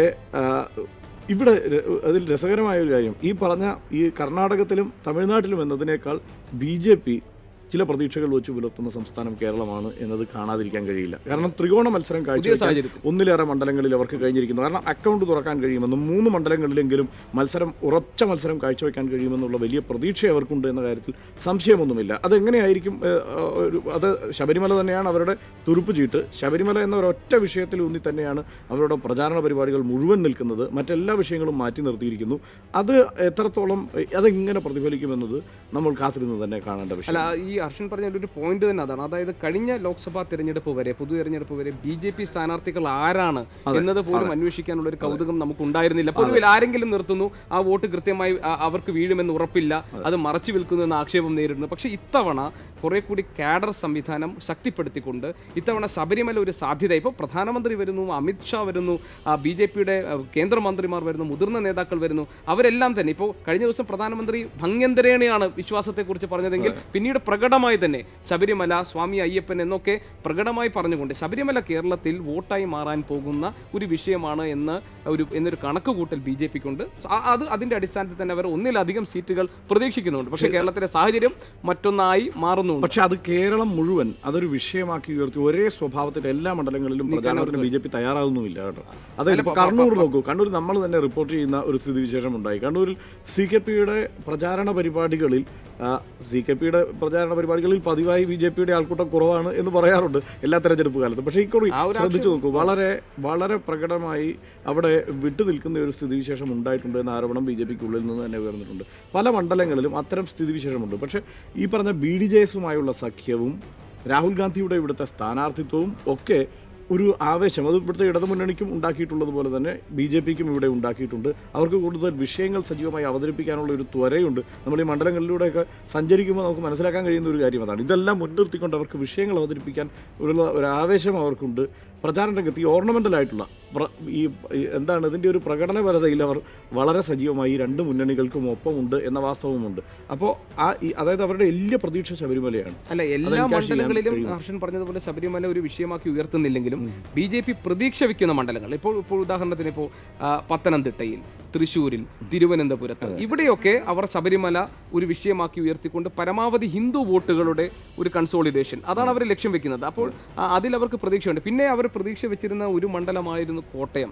അവിടെ PC തോമസ് NDA സ്ഥാനാർത്ഥി വിജയിച്ചു കയറാനുള്ള ഒരു സാഹചര്യമുണ്ട്. കേന്ദ്രീകരിക്കുന്നത്. അപ്പോൾ ആ തരത്തിലുള്ള ഒരു സാഹചര്യം ഈ കേരളത്തിൽ രൂപപ്പെട്ടിട്ടുണ്ട്. പക്ഷേ അടിസ്ഥാനപരമായി പൊതു തെരഞ്ഞെടുപ്പ്, അതായത് പാർലമെന്റ് തെരഞ്ഞെടുപ്പുകളിൽ കേരളം വോട്ട് ചെയ്യുന്ന ഒരു പാറ്റേൺ നിലവിലുണ്ട്. ഈ തെരഞ്ഞെടുപ്പിൽ കുറച്ചുകൂടി സവിശേഷമായി അത് നരേന്ദ്രമോദി വേഴ്സസ് രാഹുൽ ഗാന്ധി എന്ന നിലയിലേക്ക് ദേശീയ തലത്തിൽ ആ ചിത്രം മാറിയിട്ടുണ്ട്. കേരളത്തിലെ വോട്ടർമാർ അതായത് ശബരിമല മാത്രമായിരിക്കില്ല, പല വിഷയങ്ങളിലും അവരുടെ മനസ്സറിയിക്കുന്നതായിരിക്കും ഇത്തവണത്തെ വോട്ട്. ഹർഷൻ, നിലവിൽ ഈ ഉത്തരേന്ത്യയും ദക്ഷിണേന്ത്യയും ബന്ധിപ്പിച്ചുകൊണ്ടുള്ള സ്നേഹപാലമായി രാഹുൽ ഗാന്ധി വരുന്നത് സ്വാഭാവികമായും ഈ ദക്ഷിണ മേഖലയിൽ പ്രാദേശിക കക്ഷികൾ നേടാൻ സാധ്യതയുള്ള ഏത് തരത്തിലുള്ള നീക്കത്തെയും കോൺഗ്രസിന് കൂടി പ്രതിരോധിക്കേണ്ടത് ആവശ്യമുണ്ട്. കാരണം അവിടെ സീറ്റ് നഷ്ടപ്പെടുന്നത് പ്രത്യേകിച്ച് ഈ ആന്ധ്രാപ്രദേശ് അടക്കമുള്ള സ്ഥലങ്ങളിൽ ഏതെങ്കിലും തരത്തിൽ ഒരു കാലത്ത് കോൺഗ്രസിൻ്റെ ഏറ്റവും പ്രധാനപ്പെട്ട കേന്ദ്രങ്ങളിൽ YSRനെയും TDPയും അതിജീവിച്ച് 2-3 സീറ്റുകളെങ്കിലും അഡീഷണൽ ആയിട്ട് കിട്ടുക, തെലങ്കാനയിലാണെങ്കിൽ 1-2 സീറ്റുകളെങ്കിലും അഡീഷണൽ ആയിട്ട് കിട്ടുക, തമിഴ്നാട്ടിലാണെങ്കിൽ നേരത്തെ സൂചിപ്പിച്ചതുപോലെ DMKയുടെ സഖ്യത്തിലുള്ള ആ സഖ്യകക്ഷികൾക്കൊപ്പം നിന്നുകൊണ്ട് തന്നെ പെർഫോമൻസ് മെച്ചപ്പെടുത്തുക. കാരണം ഏറ്റവും വലിയ ഒറ്റക്കക്ഷിയായി ഇന്റർനാഷണൽ കോൺഗ്രസ് മാറുക എന്നത് ഈ ഒരു പൊളിറ്റിക്കലായിട്ട് വളരെ നിർണായകമാണ്. കാരണം ആ കക്ഷിയായിരിക്കുമല്ലോ സ്വാഭാവികമായും ഒരു മുന്നണി രൂപീകരിക്കാൻ വിളിക്കുക. അതിനെ ചെക്ക്മേറ്റ് ചെയ്യാൻ വേണ്ടി കോൺഗ്രസിന് കൂടി ഈ ദക്ഷിണേന്ത്യയിൽ ഒരു പ്രാദേശികമായ രാഷ്ട്രീയ കക്ഷികളോട് മത്സരിച്ച് ഏറ്റവും വലിയ ഒറ്റക്കക്ഷിയാവുക എന്നൊരാവശ്യം കോൺഗ്രസിന് കൂടിയില്ലേ? പക്ഷേ അത് ഈ പുതിയ തെരഞ്ഞെടുപ്പ് സാഹചര്യത്തിൽ ഈ ഈ പൊളിറ്റിക്കൽ സെനാരിയോയിൽ സ്വാഭാവികമായും ഏറ്റവും വലിയ ഒറ്റക്കക്ഷിയെ തന്നെയായിരിക്കും സർക്കാർ രൂപീകരിക്കാൻ ക്ഷണിക്കുക എന്നുള്ള ഒരു വിഷയം അവിടെയുണ്ട്. മാത്രമല്ല, ഇപ്പോൾ അറ്റപ്പറ്റ സീറ്റുകളാണ് ഇരു മുന്നണികൾക്കും, അതല്ലെങ്കിൽ ഭൂരിപക്ഷത്തിലേക്ക് കഷ്ടിച്ചെത്തുന്ന അവസ്ഥയാണ് ഇരു മുന്നണികൾക്കും ഉള്ളതെങ്കിൽ സ്വാഭാവികമായും അവിടെ ഒരു എഡ്ജ് അത് BJPക്ക് ലഭിക്കാൻ സാധ്യത ഈ തെരഞ്ഞെടുപ്പിലുണ്ട്. അതായത് 2004 അതിനു മുമ്പ് ദേവഗൌഡ സർക്കാർ വരുമ്പോഴത്തെയോ ഒന്നും അവസ്ഥ ഇതല്ല. അന്ന് ഏറ്റവും വലിയ കക്ഷിയെ അല്ല ക്ഷണിച്ചിരിക്കുന്നത് തന്നെ, കാരണം ഏറ്റവും വലിയ മുന്നണിയെയാണ് ക്ഷണിച്ചിരിക്കുന്നത്. ആ സാഹചര്യമല്ല, ആ ഒരു പൊളിറ്റിക്കൽ സെനാരിയോ അല്ല ഇപ്പോഴുള്ളത്. പ്രധാനമായും ഇവിടുത്തെ കഴിഞ്ഞ അതായത് രാഷ്ട്രപതി നിയമനം അടക്കമുള്ള, അങ്ങനെ തന്നെ വേണമെങ്കിൽ പറയണമല്ലോ, തെരഞ്ഞെടുപ്പ് അടക്കമുള്ള വിഷയങ്ങളിലെ ഇടപെടൽ എങ്ങനെയായിരുന്നുവെന്നും കൃത്യമായി ആ ഒരു രാഷ്ട്രീയ താല്പര്യമുള്ളവർ തന്നെ അത്തരം സ്ഥാനങ്ങളിലേക്ക് എത്തിച്ചേർന്നു എന്നുള്ളതും എല്ലാം അതിനൊരു കാരണമാണ്. അതുകൊണ്ട് തന്നെ ആ മട്ടിലുള്ള ഒരു ഇടപെടൽ വേണമെങ്കിൽ ഇപ്പോൾ ഈ പറഞ്ഞ ഓപ്പറേഷൻ കമല അടക്കമുള്ള വിഷയങ്ങൾ നമുക്ക് മുന്നിലുള്ളത് കൊണ്ട് ഏത് തരത്തിലും ഒരു ഇടപെടലിന് ശക്തിയുണ്ട്, ശേഷിയുണ്ട് BJPക്ക് എന്നുള്ളതൊരു വാസ്തവമാണ്. അമിത്ഷായുടെ ഒരു ഓപ്പറേഷൻ അതായിരിക്കും. അതായത് അദ്ദേഹം തന്നെ പ്രഖ്യാപിച്ചിട്ടുണ്ട്, ആര് വിജയിച്ചാലും സർക്കാർ ഉണ്ടാക്കുന്നത് ഞങ്ങളായിരിക്കും എന്ന് പരസ്യമായി പ്രഖ്യാപിച്ചിട്ടുള്ള പാർട്ടിയാണ്. അതുകൊണ്ട് തന്നെ സ്വാഭാവികമായും ഇടപെടൽ ആ മട്ടിൽ ഉണ്ടാവാനുള്ള സാധ്യതയുണ്ട്. അതുകൊണ്ട് ഈ തെരഞ്ഞെടുപ്പിൽ ഏറ്റവും അധികം സീറ്റുകൾ കിട്ടുക എന്നത് ഈ ഇരു പാർട്ടികളുടെയും പ്രധാനപ്പെട്ട അജണ്ടയാണ്. ഏറ്റവും അധികം സീറ്റുകൾ കിട്ടുക അതൊരു ഘടകമാവുകയാണ്. അതല്ല യഥാർത്ഥത്തിൽ ജനാധിപത്യത്തിൽ ഒരു ഘടകമായി പ്രവർത്തിക്കേണ്ടത്. പക്ഷേ ഇത്തവണ അതൊരു ഘടകമാകും. അതുകൊണ്ട് എല്ലാ ശക്തിയും പരമാവധി സീറ്റുകൾ ലഭിക്കാൻ വേണ്ടി ഈ ഇരു പാർട്ടികളും പ്രയോഗിക്കുമെന്ന കാര്യത്തിൽ തർക്കമില്ല. ഹർഷൻ, നിലവിൽ നമ്മൾ ഈ മാപ്പ് കാണുമ്പോൾ പോലും ഈ ദക്ഷിണേന്ത്യയിലെ ഈ റീജിയൻ, അതായത് കർണാടക, മഹാരാഷ്ട്ര, ഈ 2 റീജിയനുകളുമാണ് ദക്ഷിണേന്ത്യയിൽ BJPക്ക് ഏറ്റവും കൂടുതൽ എഡ്ജ് നൽകിയിരുന്ന പ്രദേശങ്ങൾ. ഈ 2 പ്രദേശങ്ങളിലും പക്ഷേ 2019 BJP ഒരു വലിയ തിരിച്ചടി നേരിടാനുള്ള സാധ്യതയുണ്ടെന്നാണ് കണക്ക് കൂട്ടുന്നത്. പ്രത്യേകിച്ച് മഹാരാഷ്ട്രയിൽ കഴിഞ്ഞ തവണ BJPക്ക് ആവർത്തിക്കാൻ കഴിഞ്ഞ നേട്ടം ഇത്തവണ പല കാരണങ്ങൾ കൊണ്ടും, രാഷ്ട്രീയമായ കാരണങ്ങൾ കൊണ്ട്, സാമൂഹിക പ്രശ്നങ്ങൾ കൊണ്ട്, ഒപ്പം തന്നെ കാർഷിക പ്രശ്നങ്ങൾ കൊണ്ട് BJPക്ക് എത്രമാത്രം അതിജീവിക്കാൻ കഴിയുമെന്നൊരു പ്രധാനപ്പെട്ട പ്രശ്നം. അതോടൊപ്പം ചേർന്ന് കിടക്കുന്ന കർണാടക. സ്വാഭാവികം ഗോവയെ നമുക്ക് മാറ്റി നിർത്താം. ചെറിയൊരു സ്റ്റേറ്റാണ്, 2 സീറ്റ് മാത്രമേ ഉള്ളൂ. അവിടെ കാര്യമായ സ്ഥിതി മാറിയിട്ടുമില്ല എന്നാണ് മനസ്സിലാക്കാൻ സാധിക്കുന്നത്. പരീക്കറിന്റെ മരണത്തോടു കൂടി ആ 2 സീറ്റുകൾക്ക് BJPക്ക് ഒരു സ്വാധീനവുമുണ്ട്. പക്ഷേ ഈ കർണാടകയും മഹാരാഷ്ട്രയും അത് BJP-യെ പൂർണ്ണമായും കൈവിടുകയോ അല്ലെങ്കിൽ പകുതിയെങ്കിലും കൈവിടുകയോ ചെയ്യുകയാണെങ്കിൽ അത് സ്വാഭാവികമായും NCP കോൺഗ്രസ് മഹാരാഷ്ട്രയിലും ജനതാദൾ എസ് കോൺഗ്രസ് സഖ്യം കർണാടകയിലും ഒരുപക്ഷെ നേരത്തെ നമ്മൾ സൂചിപ്പിച്ചതുപോലെ പ്രാദേശിക ദേശീയത എന്ന് നമ്മൾ നേരത്തെ നിർവചിച്ച ആ ഒരു അലയൻസിൻ്റെ വിജയമായിട്ട് നമുക്ക് കണക്കാക്കാൻ സാധിക്കും. ഒരുപക്ഷെ BJP ഏറ്റവും കൂടുതൽ ഭയക്കുന്നതും ഈ റീജിയനുകളിൽ നിന്നുള്ള തിരിച്ചടിയാണ്. പൂർണ്ണമായും ഒരുപക്ഷെ തമിഴ്നാടിനെയോ കേരളത്തെയോ അവർ ഒരു ഡബിൾ ഡിജിറ്റിലേക്ക് കടക്കാൻ കഴിയില്ല എന്ന് ഉറപ്പിക്കുമ്പോഴും മഹാരാഷ്ട്ര അവരെ സംബന്ധിച്ചിപ്പോഴും നിർണായകമാണ്. എങ്ങനെയാണ് മഹാരാഷ്ട്രയിലെ മാറിയ സാഹചര്യത്തിൽ പ്രത്യേകിച്ച് ഫട്നാവിസിന് വേണ്ട വിധത്തിൽ കാർഷിക പ്രശ്നങ്ങളെ കൈകാര്യം ചെയ്യാൻ കഴിഞ്ഞില്ല എന്നൊരു വിഭാഗം ആരോപിക്കുന്ന ഘട്ടത്തിൽ എങ്ങനെയായിരിക്കും മഹാരാഷ്ട്രയിൽ BJP-ക്ക് ഒരു അപ്രിഡ്ജ് നേടാൻ ഇത്തവണ കഴിയുമോ എന്ന ആ ചോദ്യത്തിന് നമ്മൾ മറുപടി പറയുക? അല്ല അരുൺ, ഈ മഹാരാഷ്ട്ര എന്ന സംസ്ഥാനത്തെ നമ്മൾ ഈ തെരഞ്ഞെടുപ്പ് ഘട്ടത്തിൽ വിശകലനം ചെയ്യുമ്പോൾ മഹാരാഷ്ട്രയിൽ നിന്ന് നമ്മൾ ഉയർന്നു കേട്ടിട്ടുള്ള കർഷക പ്രക്ഷോഭത്തെ കൂടി മുൻനിർത്തി വേണം അവിടുത്തെ രാഷ്ട്രീയത്തെ നമ്മൾ വിലയിരുത്താൻ. കാരണം BJP സർക്കാർ അധികാരത്തിൽ വന്ന ശേഷം NDA അധികാരത്തിൽ വന്ന ശേഷം രാജ്യത്തെ കർഷകർക്ക് നേരിടേണ്ടി വന്ന പ്രശ്നങ്ങൾ എത്രമാത്രം രൂക്ഷമായിരുന്നുവെന്നും ഏത് തരത്തിലുള്ള വാഗ്ദാന ലംഘനമാണ് ഈ സർക്കാർ വന്ന ശേഷം നടത്തിയിട്ടുള്ളത് എന്ന കാര്യത്തിൽ ഏറ്റവും മുന്നിൽ നിൽക്കുന്ന ദൃഷ്ടാന്തമാണ് മഹാരാഷ്ട്രയിൽ നിന്ന് ഉയർന്നു കേട്ട കർഷകരുടെ വിലാപം, അവരുടെ പ്രതിഷേധവും പ്രക്ഷോഭങ്ങളുമൊക്കെ. സ്വാഭാവികമായി അത് ഒരു ഘട്ടത്തിൽ. രണ്ടാമത് BJP-യുടെ സഖ്യകക്ഷിയായി നിൽക്കുന്ന ശിവസേന ഉയർത്തിയിട്ടുള്ള BJP-ക്കെതിരെ ഉയർത്തിയിട്ടുള്ള ആക്ഷേപങ്ങൾ, രാഷ്ട്രീയമായ ആക്ഷേപങ്ങൾ, അഭിപ്രായ ഭിന്നതകൾ, വിയോജിപ്പുകൾ, ഇതെല്ലാം തന്നെ മഹാരാഷ്ട്രയിൽ രാഷ്ട്രീയത്തിൽ പ്രതിഫലിക്കാൻ പോവുകയാണ്. അതായത് കാർഷിക പ്രശ്നം മുഖ്യ തെരഞ്ഞെടുപ്പ് വിഷയമായി അല്ലെങ്കിൽ മുഖ്യ രാഷ്ട്രീയ വിഷയമായി ചർച്ച ചെയ്യപ്പെടുകയും അതിനെതിരായിട്ടുള്ള കർഷക പ്രതിഷേധം വോട്ടുകളിൽ പ്രതിഫലിക്കുകയും ചെയ്താൽ സ്വാഭാവികമായും അത് BJP-ക്ക് മഹാരാഷ്ട്രയിൽ തിരിച്ചടി ഉണ്ടാക്കുന്ന ഒരു പ്രശ്നമായിരിക്കും. ഞാൻ പറഞ്ഞത് കേവലമായി അവിടുത്തെ സഖ്യത്തിൻ്റെ പേരിൽ അല്ലെങ്കിൽ ഈ വോട്ടുകളുടെ മാറ്റങ്ങളെക്കുറിച്ച് മാത്രമല്ല, അവിടെ നിന്ന് ഉയർന്നു വരുന്ന ഇത്തരം പ്രശ്നങ്ങളെ, അതായത് കർഷക പ്രശ്നം പോലെയുള്ള രാഷ്ട്രീയ വിഷയങ്ങൾ ഈ തെരഞ്ഞെടുപ്പിൽ പ്രതിഫലിക്കുമെന്ന കാര്യത്തിൽ തർക്കമില്ല. മഹാരാഷ്ട്രയിൽ BJP-ക്ക് ഒരുപക്ഷെ അടിതെറ്റാൻ പോകുന്നത് അല്ലെങ്കിൽ അവരുടെ കണക്ക് കൂട്ടലുകളെ തെറ്റിച്ചുകൊണ്ടൊരു വിധിയെഴുത്ത് ഉണ്ടാകുന്നുണ്ടെങ്കിൽ അതിന് കാരണമായി മാറാൻ പോകുന്നത് ഈ കാർഷിക പ്രശ്നം തന്നെയായിരിക്കും. പിന്നെ എങ്ങനെയാണ് ഈ സഖ്യം ഇപ്പോൾ ശിവസേന എത്രമാത്രം BJP-യുടെ നടപ്പ് ഭരണരീതികളോട് എത്രമാത്രം സമരസപ്പെട്ടിട്ടുണ്ടെന്നുള്ളത് ഒരു ചോദ്യമാണ്. പലതരത്തിലുള്ള അഭിപ്രായ വ്യത്യാസങ്ങളും BJP-യും ശിവസേനയും തമ്മിൽ ഉണ്ട്. പലതരത്തിലുള്ള രാഷ്ട്രീയ അഭിപ്രായ വ്യത്യാസങ്ങളും വിയോജിപ്പുകളും ഒക്കെ ഉണ്ട്. ഇതെല്ലാം പല സന്ദർഭങ്ങളിലായി വളരെ പ്രകടമായി പുറത്തു വന്നിട്ടുള്ളതുമാണ്. അപ്പോൾ ഇതെല്ലാം തന്നെ മഹാരാഷ്ട്രയിലെ ജനവിധിയെ ബാധിക്കാൻ പോകുന്ന അല്ലെങ്കിൽ അതിൽ പ്രതിഫലിക്കാൻ പോകുന്ന ഘടകങ്ങളാണ്. പക്ഷേ മറ്റ് ഒരു വേറെ ഏതെങ്കിലും ഒരു പൊളിറ്റിക്കൽ ഇക്വേഷനോടെ വർക്ക് ചെയ്യാനുണ്ടോ മഹാരാഷ്ട്ര? തീർച്ചയായും ഇതെല്ലാം ആയിരിക്കുമ്പോൾ ഗോപി പറഞ്ഞ ഒരു കാര്യത്തോട് പൂർണ്ണമായും ഞാൻ യോജിക്കുകയാണ്. കാരണം ഇത്തവണത്തെ തെരഞ്ഞെടുപ്പിൻ്റെ ഒരു അടിയൊഴുക്ക് എന്ന് പറയുന്നത് കർഷകരുടെ ബുദ്ധിമുട്ടുകളെയും കർഷകർ നേരിടുന്ന വെല്ലുവിളികളെയും എല്ലാം അധികരിച്ച് തന്നെ ഉള്ളതായിരിക്കും. കാരണം നമ്മൾ ഈ ഛത്തീസ്ഗഡിലും രാജസ്ഥാനിലും കണ്ടതാണ് ആ സമാനമായ സ്ഥിതി, മധ്യപ്രദേശിലും നമ്മൾ കണ്ടതാണ്. സമാനമായ സ്ഥിതിവിശേഷം മഹാരാഷ്ട്രയിലുണ്ട്. ഞാൻ നേരത്തെ പറഞ്ഞ തമിഴ്നാട്ടിലേതുപോലെ തന്നെ കർഷകരുടെ വലിയ പ്രക്ഷോഭം ഉയർന്നു വന്ന സംസ്ഥാനമാണ് മഹാരാഷ്ട്ര. തീർച്ചയായും ഈ കർഷക പ്രക്ഷോഭത്തിൻ്റെ നേട്ടം ആർക്കുണ്ടാവും എന്നത് നമ്മൾ കാത്തിരുന്ന് കാണേണ്ടത് തന്നെയാണ്. പക്ഷേ പ്രശ്നം അതിനൊപ്പം നമ്മളവിടെ വിലയിരുത്തേണ്ട ഒരു പ്രശ്നം, മുന്നണി രൂപീകരണത്തിൽ മഹാരാഷ്ട്രയിൽ NDA അവസാന ഘട്ടത്തിൽ ഒത്തൊരുമിച്ച് നിന്നു. ഈ പറഞ്ഞ ശിവസേനയുമായി പ്രശ്നമെല്ലാം ഉള്ളപ്പോഴും വേണമെങ്കിൽ റഫാൽ ഇടപാട് വരെ പാർലമെൻറ്റിൽ ഉന്നയിക്കുമെന്ന് BJP-യെ ഭീഷണിപ്പെടുത്തിക്കൊണ്ടാണ് ആ മുന്നണി സംവിധാനത്തിൽ ശിവസേന വിലപേശൽ നടത്തിയത്.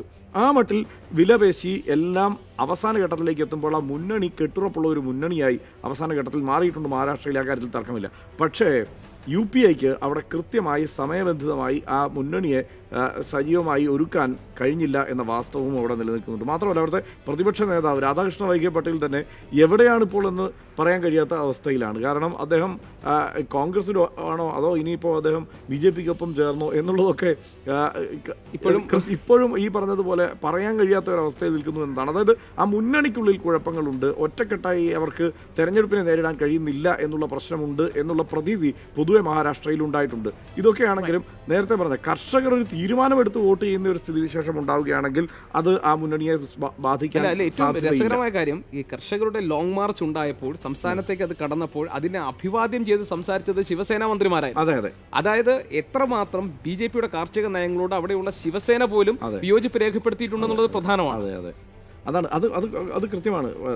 അതൊരു വലിയ മുന്നേറ്റമായിരുന്നു. സ്വാഭാവികമായിട്ടും അതിൽ നിന്ന് ആ മുന്നേറ്റത്തിൻ്റെ ഒടുവിലാണല്ലോ നേതാക്കൾ അതിലേക്ക് വരുന്നത്.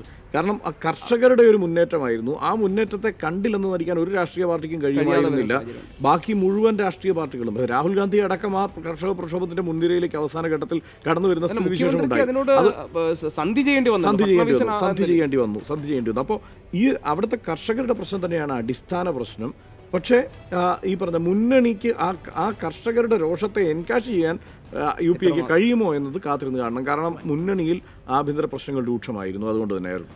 മാത്രവുമല്ല, മഹാരാഷ്ട്ര റീജിയനിലെ രണ്ട് പ്രധാനപ്പെട്ട റീജിയനുകൾ വളരെ ശ്രദ്ധാകേന്ദ്രങ്ങളുമാണ്. ഒന്ന് മറാഠവാഡ റീജിയനും മറ്റൊന്ന് ഈ വിദർഭ റീജിയനും. വിദർഭ റീജിയനിലാണ് ഒരുപക്ഷെ ഈ രാജ്യത്ത് തന്നെ കഴിഞ്ഞ 4 വർഷത്തിനുള്ളിൽ ഏറ്റവും കൂടുതൽ ആത്മഹത്യകൾ നടന്ന സ്ഥലം.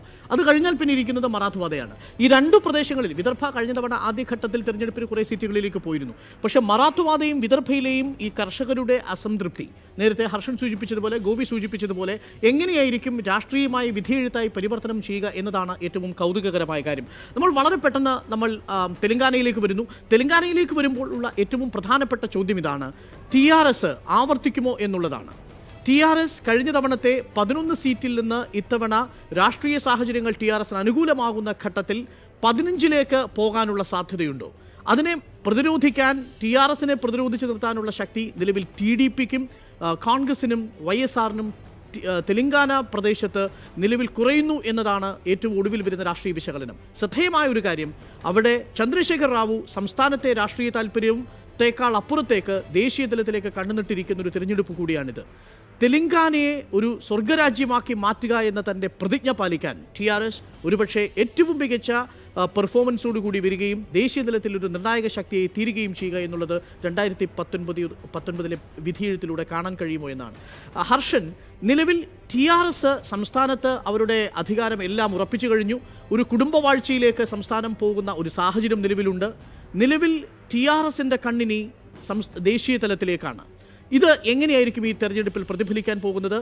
അവിടെ മാത്രവുമല്ല, പ്രതിപക്ഷം സ്പ്ലിറ്റാണ്. വിഭജിച്ച് നിൽക്കുന്ന പ്രതിപക്ഷമുണ്ട്.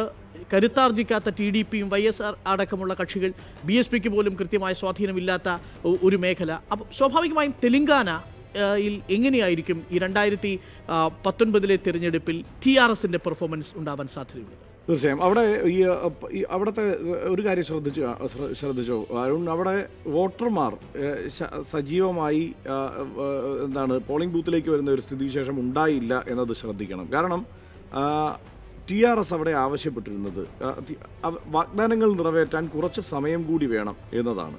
TRSൻ്റെ പ്രധാനപ്പെട്ട ആവശ്യം അതായിരുന്നു. വോട്ടർമാരോട് നേരിട്ട് കാര്യങ്ങൾ ലളിതമായി കമ്മ്യൂണിക്കേറ്റ് ചെയ്യുന്ന രീതിയിലാണ് TRS അവിടെ അവതരിപ്പിച്ചത്. സംസ്ഥാനത്തിൻ്റെ പുതിയ സാഹചര്യത്തിൽ, സംസ്ഥാന രൂപീകരണത്തിന് ശേഷം അവർക്ക് അതിനെ മെച്ചപ്പെട്ട സ്ഥിതിയിലേക്ക് ഉയർത്തിക്കൊണ്ടുവരാൻ വേണ്ട സമയപരിധി എന്നത് 5 വർഷത്തിൽ ഒതുങ്ങുന്നതല്ല. അതിനപ്പുറത്ത് സമയം വേണം എന്നത് ഏതാണ്ട് അംഗീകരിച്ച മട്ടിലാണ് നേരത്തെ തന്നെ അവിടുത്തെ വോട്ടർമാർ പ്രതികരിച്ചത്. അതിനുശേഷം ഇപ്പോൾ പാർലമെൻറ്റ് തിരഞ്ഞെടുപ്പിൽ വോട്ടർമാർ ആദ്യഘട്ടത്തിലെ വോട്ടെടുപ്പിൽ പരമാവധി വോട്ടർമാർ പോളിംഗ് ബൂത്തിലേക്ക് എത്തുന്ന സ്ഥിതിവിശേഷം അവിടെ ഉണ്ടായിട്ടില്ല. മാത്രമല്ല, അവിടെ ഈ പറഞ്ഞ ഗുരുതരമായ ഒരു സാഹചര്യം, അതായത് ഇരു മുന്നണികളും UPAയും NDAയും തമ്മിൽ നേരിട്ട് ഏറ്റുമുട്ടുന്ന തരത്തിലേക്കുള്ള ഒരു സാഹചര്യം ആ മണ്ഡലത്തിൽ ആ സംസ്ഥാനത്തില്ല എന്നതുകൂടിയാണ് ഏറ്റവും പ്രധാനപ്പെട്ട കാര്യം. പക്ഷേ കോൺഗ്രസ് ചില പ്രദേശങ്ങളിൽ പ്രതീക്ഷ വെച്ച് പുലർത്തുന്നുണ്ട്. അത് ശ്രദ്ധേയമായ ഒരു കാര്യമാണ്. ഈ സൈറാബാദും ഖമ്മവും നൽഗൊണ്ടയും അടക്കമുള്ള പ്രദേശങ്ങളിൽ കോൺഗ്രസ് പ്രതീക്ഷ വെച്ച് പുലർത്തുന്നു എന്ന് മാത്രമല്ല, അവർ ഈ തെരഞ്ഞെടുപ്പിൻ്റെ അവസാന ഘട്ടം എത്തുമ്പോഴേക്ക് ഈ 17 സീറ്റുകളിൽ 7 സീറ്റുകളെങ്കിലും കോൺഗ്രസിന് നേടിയെടുക്കാൻ കഴിയുമെന്നുള്ള വലിയ പ്രതീക്ഷയിലുമാണ്. ആ പ്രതീക്ഷയുടെ അടിസ്ഥാനം എന്താണ് എന്ന് അറിയില്ല. എങ്കിൽ കൂടി ആ വലിയ പ്രതീക്ഷയിലാണ് അവിടെ. കോൺഗ്രസ് ആണ് അവസാന ഘട്ടത്തിൽ പറയുന്നത് TRSൽ നിന്ന് അവർക്ക് കൂടുതൽ സീറ്റുകൾ പിടിച്ചെടുക്കാൻ കഴിയുമെന്ന്. ഗോപി, എന്താണ് ഈ തെലങ്കാനയിലെ കോൺഗ്രസിൻ്റെ പ്രതീക്ഷയുടെ അടിസ്ഥാനം? സത്യത്തിൽ തെലങ്കാനയെ സംബന്ധിച്ചിടത്തോളം ഇപ്പോൾ ചന്ദ്രശേഖര റാവു എന്ന് പറയുന്ന ഒരു രാഷ്ട്രീയ നേതാവിൻ്റെ, ഒരു ഭരണകർത്താവിൻ്റെ രാഷ്ട്രീയ വളർച്ച ഏത് നിലയിലായിരുന്നു എന്നുകൂടി നമ്മൾ പരിശോധിക്കണം. അതായത് കോൺഗ്രസിൽ വരികയും പിന്നീട് വളരെ ശക്തമായി, അതായത് കോൺഗ്രസിൻ്റെ ടിക്കറ്റിൽ മത്സരിച്ച് അത് ആ MP സ്ഥാനം വേണ്ട എന്ന് പറഞ്ഞ് വീണ്ടും മത്സരിച്ച് ഏതാണ്ട് 2 ലക്ഷം വോട്ടിന് വിജയിച്ച ഒരു ചരിത്രമുള്ള നേതാവാണ് ചന്ദ്രശേഖര റാവു. ചന്ദ്രശേഖര റാവു വളരെയധികം പൊളിറ്റിക്കലി അംബീഷ്യസ് ആയിട്ടുള്ളൊരു നേതാവാണ്.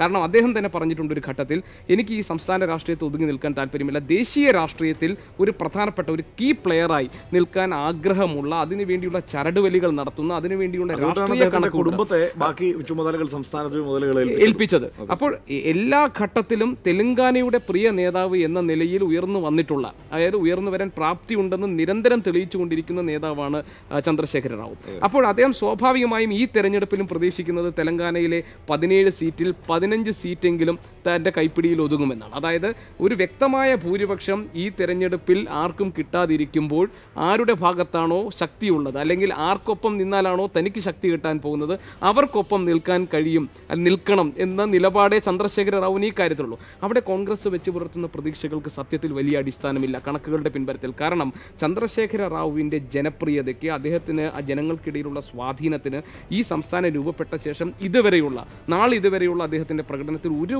കുറവും സംഭവിച്ചിട്ടില്ല. അതായത് ഒരു തരത്തിലുള്ള ആന്റി ഇൻകംബൻസി ഫാക്ടർ ഇല്ലാത്തത് കൊണ്ട് തന്നെയായിരിക്കും പോളിംഗ് ശതമാനം അവിടെ കുറഞ്ഞത്.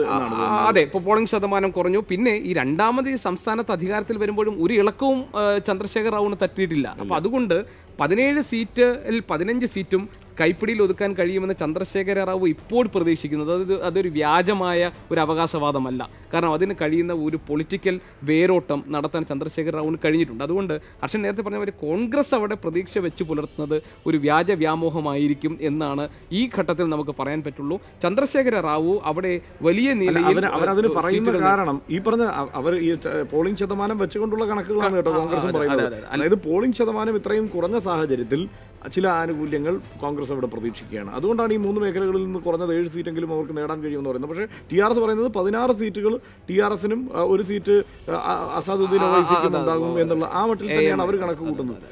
ഈ തെലങ്കാനയുടെ ഇതുവരെയുള്ള രാഷ്ട്രീയ ചിത്രം പരിശോധിച്ചാൽ ആ സാധ്യതയിലേക്ക് തന്നെയാണ് കൂടുതൽ പോകുന്നത്. അതിൽ ആ ഒരു സീറ്റ് പിന്നെ ഒവൈസിയുടെ MIM-നുള്ളതാണ്. ബാക്കി ഈ പറഞ്ഞ കാൽക്കുലേഷൻ ഏതാണ്ട് ശരിയാണ്. അവരിത് കിട്ടുമെന്ന് പറയുമ്പോഴും ഈ പോളിംഗ് ശതമാനം കുറഞ്ഞതിൽ ആശങ്ക അവർക്കും. ഹർഷൻ ഗോപി, നമുക്ക് രണ്ടാമത്തെ റീജിയനിലേക്ക് പോകാൻ സമയമായിട്ടുണ്ട്. രണ്ടാമത്തെ റീജിയൻ നമ്മൾ യഥാർത്ഥത്തിൽ വടക്കൻ പടിഞ്ഞാറ് ഭാഗത്തുള്ള റീജിയനാണ് നമ്മൾ എടുക്കുന്നത്. ഇതിലേറ്റവും ശ്രദ്ധേയമായ ഗുജറാത്ത് സംസ്ഥാനമായിരിക്കും നമ്മൾ ആദ്യം വിശകലനം ചെയ്യുക. നിലവിൽ ഗുജറാത്ത്, മധ്യപ്രദേശ് തുടങ്ങിയ റീജിയനുകളിലേക്ക് നമ്മൾ പോകുന്നു. ഇതിലാദ്യം നമ്മൾ ഗുജറാത്ത് റീജിയൻ എടുക്കുന്നു. ഒരുപക്ഷെ BJP ഏറ്റവും കൂടുതൽ അനുകൂലമായ വിധിയെഴുത്ത് സ്വന്തമാക്കിയ പ്രദേശമാണ് ഗുജറാത്ത്. 100% സീറ്റുകളും സ്വന്തമാക്കി 2014 BJP സംസ്ഥാനത്ത് ഒരുപക്ഷെ നരേന്ദ്രമോദിയുടെ ജന്മം കൊണ്ട് അല്ലെങ്കിൽ ഉദയം കൊണ്ട് ശ്രദ്ധേയമായ ഗുജറാത്ത്, രാഷ്ട്രീയമായ ഉദയം കൊണ്ട് ശ്രദ്ധേയമായ ഗുജറാത്ത് സംസ്ഥാനത്തിലും കേന്ദ്രത്തിലും ഒരേപോലെ സ്വാധീനമുള്ള സ്റ്റേറ്റായി മാറിയിട്ടും ഗുജറാത്തിന് വേണ്ടത്ര വികസന പദ്ധതികളിലേക്ക് പോകാൻ സാധിച്ചിട്ടുണ്ടോ തുടങ്ങിയ ചോദ്യങ്ങൾ ഇപ്പോൾ ഉയർത്തുന്നുണ്ട് പ്രതിപക്ഷം. ആകെയുള്ള 26 സീറ്റുകളിൽ BJP ഗുജറാത്തിൽ നേടിയത് 26 സീറ്റുകളുമാണ്. 2014 ഈ 100% വിജയം ആവർത്തിക്കാൻ BJPക്ക് സാധിക്കുമോ എന്നതാണ് ഏറ്റവും പ്രസക്തമായ ചോദ്യം.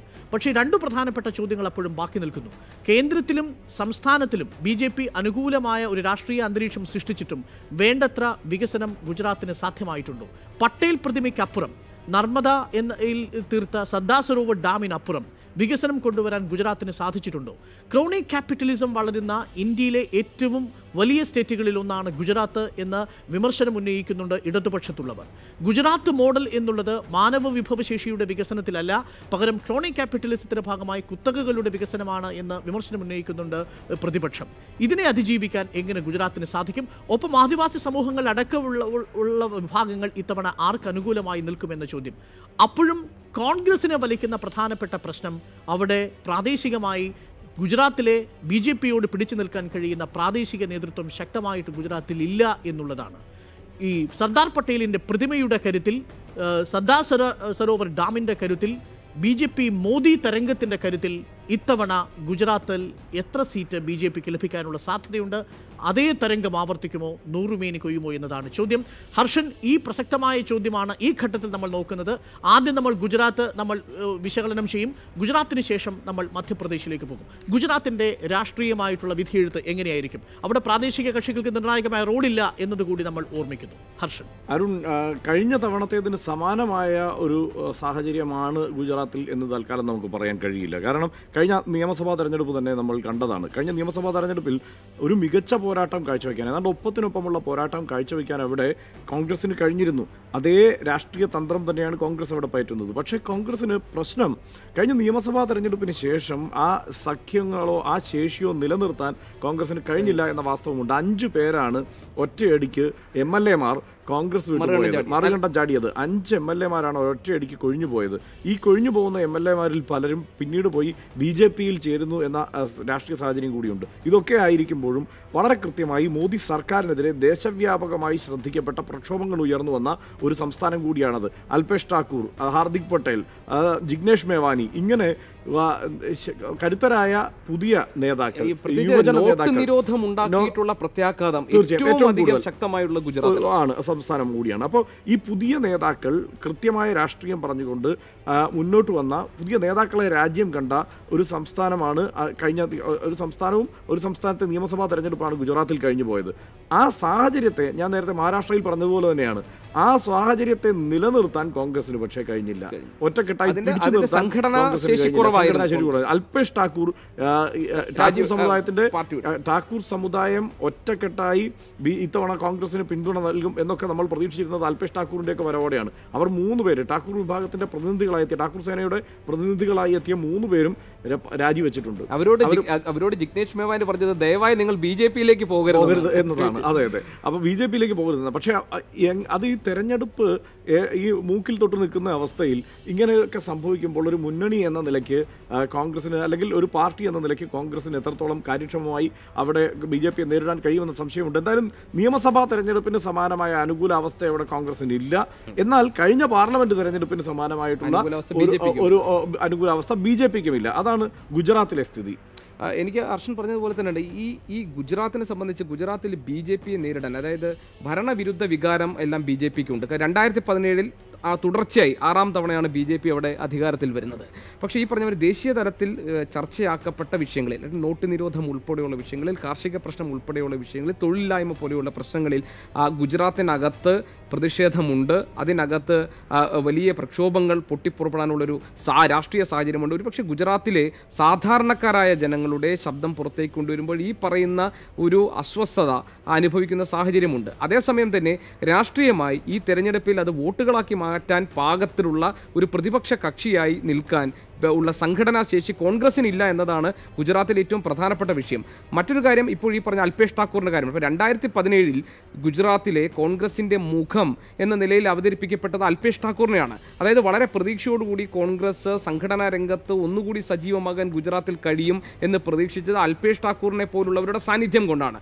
അൽപേഷ് ഠാക്കൂർ അടക്കമുള്ള ഠാക്കൂർ വിഭാഗത്തെ പ്രതിനിധീകരിക്കുന്നവർ രാജിവെച്ചിരിക്കുകയാണ്. അവർ BJP-യിലേക്ക് പോകുമെന്ന് വ്യക്തമാക്കിയിട്ടില്ല. അതേസമയം അവർ രാജിവെച്ച് കോൺഗ്രസിൽ നിന്നിറങ്ങി. അവിടെയാണ് ജിഗ്നേഷ് മേവാനി ട്വീറ്റ് ചെയ്തത്, ഠാക്കൂർ വിഭാഗത്തിൻ്റെ താല്പര്യങ്ങൾ സംരക്ഷിക്കപ്പെടുന്ന പാർട്ടി അല്ല BJP, അതുകൊണ്ട് ദയവായി നിങ്ങൾ BJP-യിലേക്ക് പോകരുത്. അത് സാഹചര്യം എന്തായാലും, രാഷ്ട്രീയ സാഹചര്യം അല്ലെങ്കിൽ അവിടുത്തെ ജനങ്ങളുടെ ജീവിത സാഹചര്യം BJP-യുടെ ഭരണത്തിന് വിരുദ്ധമായ തരത്തിലാണ്, അല്ലെങ്കിൽ അതിന് നേരെ പ്രതികൂലമായാണ് നിൽക്കുന്നതെങ്കിൽ പോലും അത് വോട്ടാക്കി മാറ്റാൻ, അരുൺ, ഈ തെരഞ്ഞെടുപ്പിൽ അത് വോട്ടാക്കി മാറ്റാനും അതിനെ BJP-ക്ക് എതിരായിട്ടുള്ള കൂടുതൽ സീറ്റ് സമാഹരിക്കാൻ കഴിയുന്ന തരത്തിൽ, ഒരു സീറ്റെങ്കിലും കിട്ടാവുന്ന തരത്തിൽ അതിനെ മാറ്റിയെടുക്കാനുമുള്ള ഒരു സംഘടനാ ശേഷി, ആ തരത്തിലൊരു രാഷ്ട്രീയമായി അതിനെ മുന്നോട്ട് കൊണ്ടുവരാനുള്ളൊരു പ്രാപ്തി ഉള്ള തരത്തിലേക്ക് കോൺഗ്രസിന് മാറാൻ കഴിഞ്ഞിട്ടില്ല എന്ന ഒരു ദുരവസ്ഥ ഗുജറാത്തിലുണ്ട്.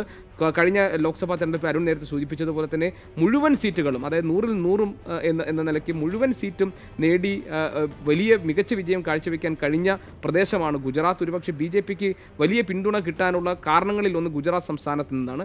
അവിടെ ഈ മാറ്റങ്ങൾ എങ്ങനെ ഉണ്ടാകും എന്നത് നമുക്ക് കാത്തിരുന്ന് കാണേണ്ടതാണ്. റൈറ്റ്, ഞാൻ രാധാകൃഷ്ണനിലേക്ക് കൂടി പോകുന്നു. ഡൽഹിയിൽ നിന്നും ചേരുന്നുണ്ട് രാധാകൃഷ്ണൻ. നിലവിൽ സമുദായ സമവാക്യങ്ങളും സമുദായ സംവരണ പ്രക്ഷോഭങ്ങളും കൊണ്ട് മാറിമറിച്ച ഈ പറയുന്ന ഗുജറാത്തിൻ്റെ രാഷ്ട്രീയത്തിൽ വേണ്ടത്ര ഒരുക്കങ്ങൾ കോൺഗ്രസിന് ചെയ്യാൻ കഴിയാതെ പോയി. ഈ സർക്കാരിനെതിരെ ഉയർന്നു വന്ന സാമുദായിക പ്രക്ഷോഭങ്ങളുടെ ആനുകൂല്യവും ലാഭവും സ്വന്തമാക്കാൻ കോൺഗ്രസിന് സംഘടനാപരമായി അവിടെ കഴിയാതെ പോയി എന്നതായിരിക്കില്ലേ ഗുജറാത്ത് ഈ പറയുന്ന തെരഞ്ഞെടുപ്പിന് ശേഷം മുന്നോട്ട് വയ്ക്കുന്ന ഒരു ചിത്രം? തീർച്ചയായിട്ടും അരുൺ, അത് വസ്തുതാപരമായി തന്നെ ശരിയാണ്. കാരണം ഗുജറാത്തിലെ ഇപ്പോഴത്തെ സാഹചര്യം ഒരു രാഷ്ട്രീയ കാരണങ്ങൾ കൊണ്ടും BJP-ക്ക് അനുകൂലമല്ല. നിലവിലുള്ള സർക്കാരിൻ്റെ സംസ്ഥാന സർക്കാരിൻ്റെ ഭരണത്തോടുള്ള വികാരമാണെങ്കിൽ പോലും ഗുജറാത്തിൽ ഒരു തരത്തിലും ഇപ്പോൾ ഒരു BJP അനുകൂല വികാരം നിലവിലുണ്ട് എന്ന് നമുക്ക് പറയാൻ സാധിക്കാത്ത ഒരു രാഷ്ട്രീയ സാഹചര്യമാണ് അവിടെയുള്ളത്. പക്ഷേ ഇതിനെ എൻകാഷ് ചെയ്യാൻ വേണ്ടിയിട്ട് കോൺഗ്രസിന് സാധിക്കുന്നില്ല, അല്ലെങ്കിൽ അതിനുള്ള സംഘടനാ സംവിധാനം അവർക്കില്ല എന്നുള്ളതാണ് ഏറ്റവും വലിയ വിഷയമായി ഗുജറാത്തിൽ ഇപ്പോൾ ഉള്ളത്. ഇതിനെ ഭംഗിയായിട്ട് മാനേജ് ചെയ്യാൻ BJP ശ്രമിക്കുന്നു എന്നിടത്താണ് ഇപ്പോഴത്തെ ഗുജറാത്തിൻ്റെ ലോക്സഭാ തിരഞ്ഞെടുപ്പ് ചിത്രം മുന്നോട്ട് നീങ്ങുന്നത്. ഗുജറാത്തിനെ സംബന്ധിച്ച് നമുക്കറിയാവുന്നതുപോലെ തന്നെ കഴിഞ്ഞ ലോക്സഭാ തെരഞ്ഞെടുപ്പിൽ പ്രധാനമന്ത്രി നരേന്ദ്രമോദി ഉൾപ്പെടെയുള്ള സ്ഥാനാർത്ഥികളായിരുന്നു ഗുജറാത്തിൽ നിന്നുള്ളത്. LK അദ്വാനി ഉണ്ടായിരുന്നു, BJPയുടെ മുതിർന്ന നേതാവായിട്ടുള്ള LK അദ്വാനി ഉണ്ടായിരുന്നു. ഇത്തവണ പകരം BJPയുടെ അധ്യക്ഷനായിട്ടുള്ള അമിത്ഷായുടെ നേതൃത്വത്തിലുള്ള ഒരു ടീമാണ് ഗുജറാത്തിൽ ഈ ലോക്സഭാ തെരഞ്ഞെടുപ്പിനെ നേരിടാനായിട്ടുള്ളത്. ഇവരെ സംബന്ധിച്ച് പ്രാദേശികമായും ഒപ്പം തന്നെ സംസ്ഥാനത്ത് നോട്ട് നിരോധനം അടക്കമുള്ള വലിയ വിഷയങ്ങളും ഇവർ നേരിടുന്നുണ്ട്. ഇതിനെയെല്ലാം ഇവർ പാർട്ടിയുടെ വിഷയത്തിനും രാഷ്ട്രീയ വിഷയത്തിനും ഉപരിയായി ഭംഗിയായിട്ട് മാനേജ് ചെയ്യാനുള്ള ശ്രമങ്ങൾ ഇപ്പോൾ നടത്തുന്നുണ്ട്. കോൺഗ്രസിനെ സംബന്ധിച്ച് നിർത്തിയിരിക്കുന്ന സ്ഥാനാർത്ഥികളെ സംബന്ധിച്ച് ഒരു കൃത്യമായിട്ടുള്ള ഒരു ജനസ്വാധീനം എത്രത്തോളം ഉള്ളവരാണ് എന്നതിനെ സംബന്ധിച്ച് വിശദീകരിക്കാൻ സാധിക്കാത്ത ഒരു സാഹചര്യമുണ്ട്. 26 സീറ്റുമായിരുന്നു കഴിഞ്ഞ ലോക്സഭാ തെരഞ്ഞെടുപ്പിൽ BJPക്ക് ലഭിച്ചത്. ഇപ്പോഴത്തെ സാഹചര്യത്തിൽ അത്തരം ഒരു എഡ്ജിലേക്ക് പോയില്ലെങ്കിലും നമുക്ക് വസ്തുതാപരമായി കാര്യങ്ങളെ സമീപിക്കുമ്പോൾ BJPക്ക് ഇപ്പോഴും നേട്ടമുണ്ടാക്കുന്ന ഒരു രാഷ്ട്രീയ സാഹചര്യത്തിലേക്ക് ഇപ്പോഴത്തെ അവസ്ഥകൾ എത്തിയിട്ടുണ്ട് എന്നുള്ള കാര്യത്തിൽ ഒരു തർക്കവുമില്ല. ഗുജറാത്തിനെ സംബന്ധിച്ച് കോൺഗ്രസിൻ്റെ കരുനീക്കങ്ങൾക്ക് ഇപ്പോഴും ചുക്കാൻ പിടിക്കുന്നത് അഹമ്മദ് പട്ടേലാണ്. അഹമ്മദ് പട്ടേലിനെ സംബന്ധിച്ച് കഴിഞ്ഞ കുറച്ച് ദിവസങ്ങളായി ഗുജറാത്തിൽ കള്ളപ്പണവുമായി ബന്ധപ്പെട്ടിട്ട് ഉയരുന്ന പല ആരോപണങ്ങളുമുണ്ട്. ഇതിൽ പ്രധാനമായും BJP ലക്ഷ്യമിടുന്നത് അഹമ്മദ് പട്ടേലിനെയാണ്. അഹമ്മദ് പട്ടേലിനെ മുൻനിരയിൽ കൊണ്ടുവന്ന് നിർത്തി ആക്ഷേപങ്ങളുടെ മൊത്തം പാപഭാരം അദ്ദേഹത്തിന് മുകളിലേക്ക് ഇടാനും ഗുജറാത്തിന് വലിയ രീതിയിലുള്ള കള്ളപ്പണ നിക്ഷേപത്തിൻ്റെ ഉറവിടം അഹമ്മദ് പട്ടേലാണെന്ന് വിശദീകരിക്കാനും ശ്രമിക്കുന്നുണ്ട്. സാധാരണ ജനങ്ങൾക്കിടയിൽ ഒരു സ്വാധീനം ഇതുവഴി ഉണ്ടാക്കുകയാണ് BJPയുടെ ശ്രമം. ഒപ്പം തന്നെ ഈ ഇടത്തരക്കാരായിട്ടുള്ള കച്ചവടക്കാരെ അവർ നേരിടുന്ന പ്രശ്നം, പ്രത്യേകിച്ച് നോട്ട് നിരോധനം അടക്കമുള്ള വിഷയങ്ങളിൽ അവർക്ക് ഉണ്ടാക്കിയിട്ടുള്ള തിരിച്ചടി BJPയോട്, പ്രത്യേകിച്ച് സൂറത്ത് അടക്കമുള്ള മേഖലകളിൽ ഇത് പ്രകടമായിരുന്നു.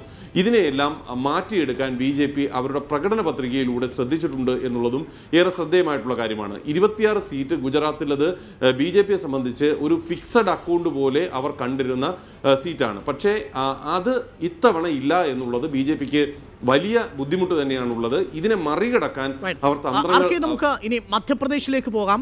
മധ്യപ്രദേശിന്റെ രാഷ്ട്രീയം അത് നിയമസഭാ തെരഞ്ഞെടുപ്പിൽ കോൺഗ്രസിന് അനുകൂലമായി ചാഞ്ഞ് കമൽനാഥിന്റെ വീണ്ടും ഒരു തിരിച്ചുവരവിന് സാക്ഷ്യം വഹിച്ചതാണ് 2018 നിയമസഭാ തെരഞ്ഞെടുപ്പ്. മധ്യപ്രദേശിന്റെ രാഷ്ട്രീയ ചിത്രം നിയമസഭാ തെരഞ്ഞെടുപ്പോടുകൂടി പൂർണ്ണമായും മാറിയിട്ടുണ്ടോ എന്നാണ് ഈ ഘട്ടത്തിൽ നമ്മൾ പരിശോധിക്കുന്നത്. മധ്യപ്രദേശിൽ 2014 ആകെയുള്ള 29 സീറ്റുകളിൽ 27 സീറ്റുകളും സ്വന്തമാക്കിയത് BJPയാണ്. കോൺഗ്രസ് 2 സീറ്റുകൾ മാത്രമേ സ്വന്തമാക്കിയിട്ടുള്ളൂ. നമുക്കറിയാവുന്നതുപോലെ ഇന്ത്യയുടെ എല്ലാ സംസ്ഥാനങ്ങളിലും വെച്ച് ട്രൈബൽ പോപ്പുലേഷൻ ഏറ്റവും കൂടുതലുള്ള സംസ്ഥാനങ്ങളിലൊന്ന്, പിന്നോക്കാവസ്ഥയിൽ തന്നെ മുന്നിൽ നിൽക്കുന്ന സംസ്ഥാനങ്ങളിലൊന്ന്. മധ്യപ്രദേശ് കോൺഗ്രസിന് അനുകൂലമായി വിധി എഴുതിയത് അത്തരം കാരണങ്ങളൊക്കെ കൊണ്ട് തന്നെയാണ്. ആൻറ്റി ഇൻകുംബൻസി ശക്തമായിട്ടുള്ള പ്രദേശമായിരുന്നു മധ്യപ്രദേശ്. പക്ഷെ നിലവിൽ മധ്യപ്രദേശ് തിരിച്ചുപിടിക്കാൻ നിയമസഭയിൽ എഴുതിയ വിധിയെഴുത്തിനെ മറികടക്കാൻ വേണ്ടി BJP എല്ലാ ശ്രമങ്ങളും പുറത്തിറക്കിയിട്ടുണ്ട്. അതിൽ പ്രജ്ഞാ സിംഗ് ഠാക്കൂറിനെ അടക്കം അവർ രംഗത്തിറക്കിയിട്ടുണ്ട്. അവിടെ ഉമാഭാരതിയെ വീണ്ടും രംഗത്തിറക്കിയിട്ടുണ്ട്. ദിഗ്വിജയ് സിംഗിൻ്റെ നേതൃത്വത്തിലുള്ള കോൺഗ്രസിനെ നേരിടാനും അല്ലെങ്കിൽ കമൽനാഥിനെ ലക്ഷ്യം വെച്ചുകൊണ്ടുള്ള നിരവധി ശ്രമങ്ങൾ കേന്ദ്ര സർക്കാരിൻ്റെ ഭാഗത്തു നിന്നുണ്ടാകുന്നുണ്ട്. എൻഫോഴ്സ്മെൻറ്റ് ഡയറക്ടറേറ്റിൻ്റെ ഭാഗത്തു നിന്നും, ഇൻകം ടാക്സ് ഡിപ്പാർട്ട്മെൻറ്റിൻ്റെ ഇൻ്റലിജൻസ് വിഭാഗത്തിൽ നിന്നും കമൽനാഥുമായി ബന്ധപ്പെട്ടവരുടെ ഇടങ്ങളിൽ വ്യാപകമായി റെയ്ഡ് നടത്തുന്ന അവസ്ഥയുണ്ടായി. ഏറ്റവും ഒടുവിൽ ഫ്രസ്ട്രേറ്റഡായ BJP നടത്തുന്ന ശ്രമങ്ങളായിട്ട് വേണമോ നമ്മളിതിനെ വ്യാഖ്യാനിക്കാൻ. 2014 ആവർത്തിച്ച 29-ൽ 27 സീറ്റ് എന്ന സ്വപ്നതുല്യമായ നേട്ടം ഇത്തവണ BJPക്ക് ആവർത്തിക്കാൻ കഴിയുമോ എന്നതാണ് ഏറ്റവും പ്രധാനപ്പെട്ട ചോദ്യം. ഹർഷൻ ഗോപി, ഇത് തന്നെയാണ് മധ്യപ്രദേശിൻ്റെ രാഷ്ട്രീയത്തെ ഒരുപക്ഷെ സങ്കീർണമാക്കുന്നതും. നിയമസഭാ തെരഞ്ഞെടുപ്പിൽ കോൺഗ്രസിന് ലഭിച്ച ആനുകൂല്യം പാർലമെന്റ് തിരഞ്ഞെടുപ്പിൽ BJPക്ക് സ്വന്തമാക്കാൻ എത്രത്തോളം, കോൺഗ്രസിന് സ്വന്തമാക്കാൻ എത്രത്തോളം സാധിക്കും?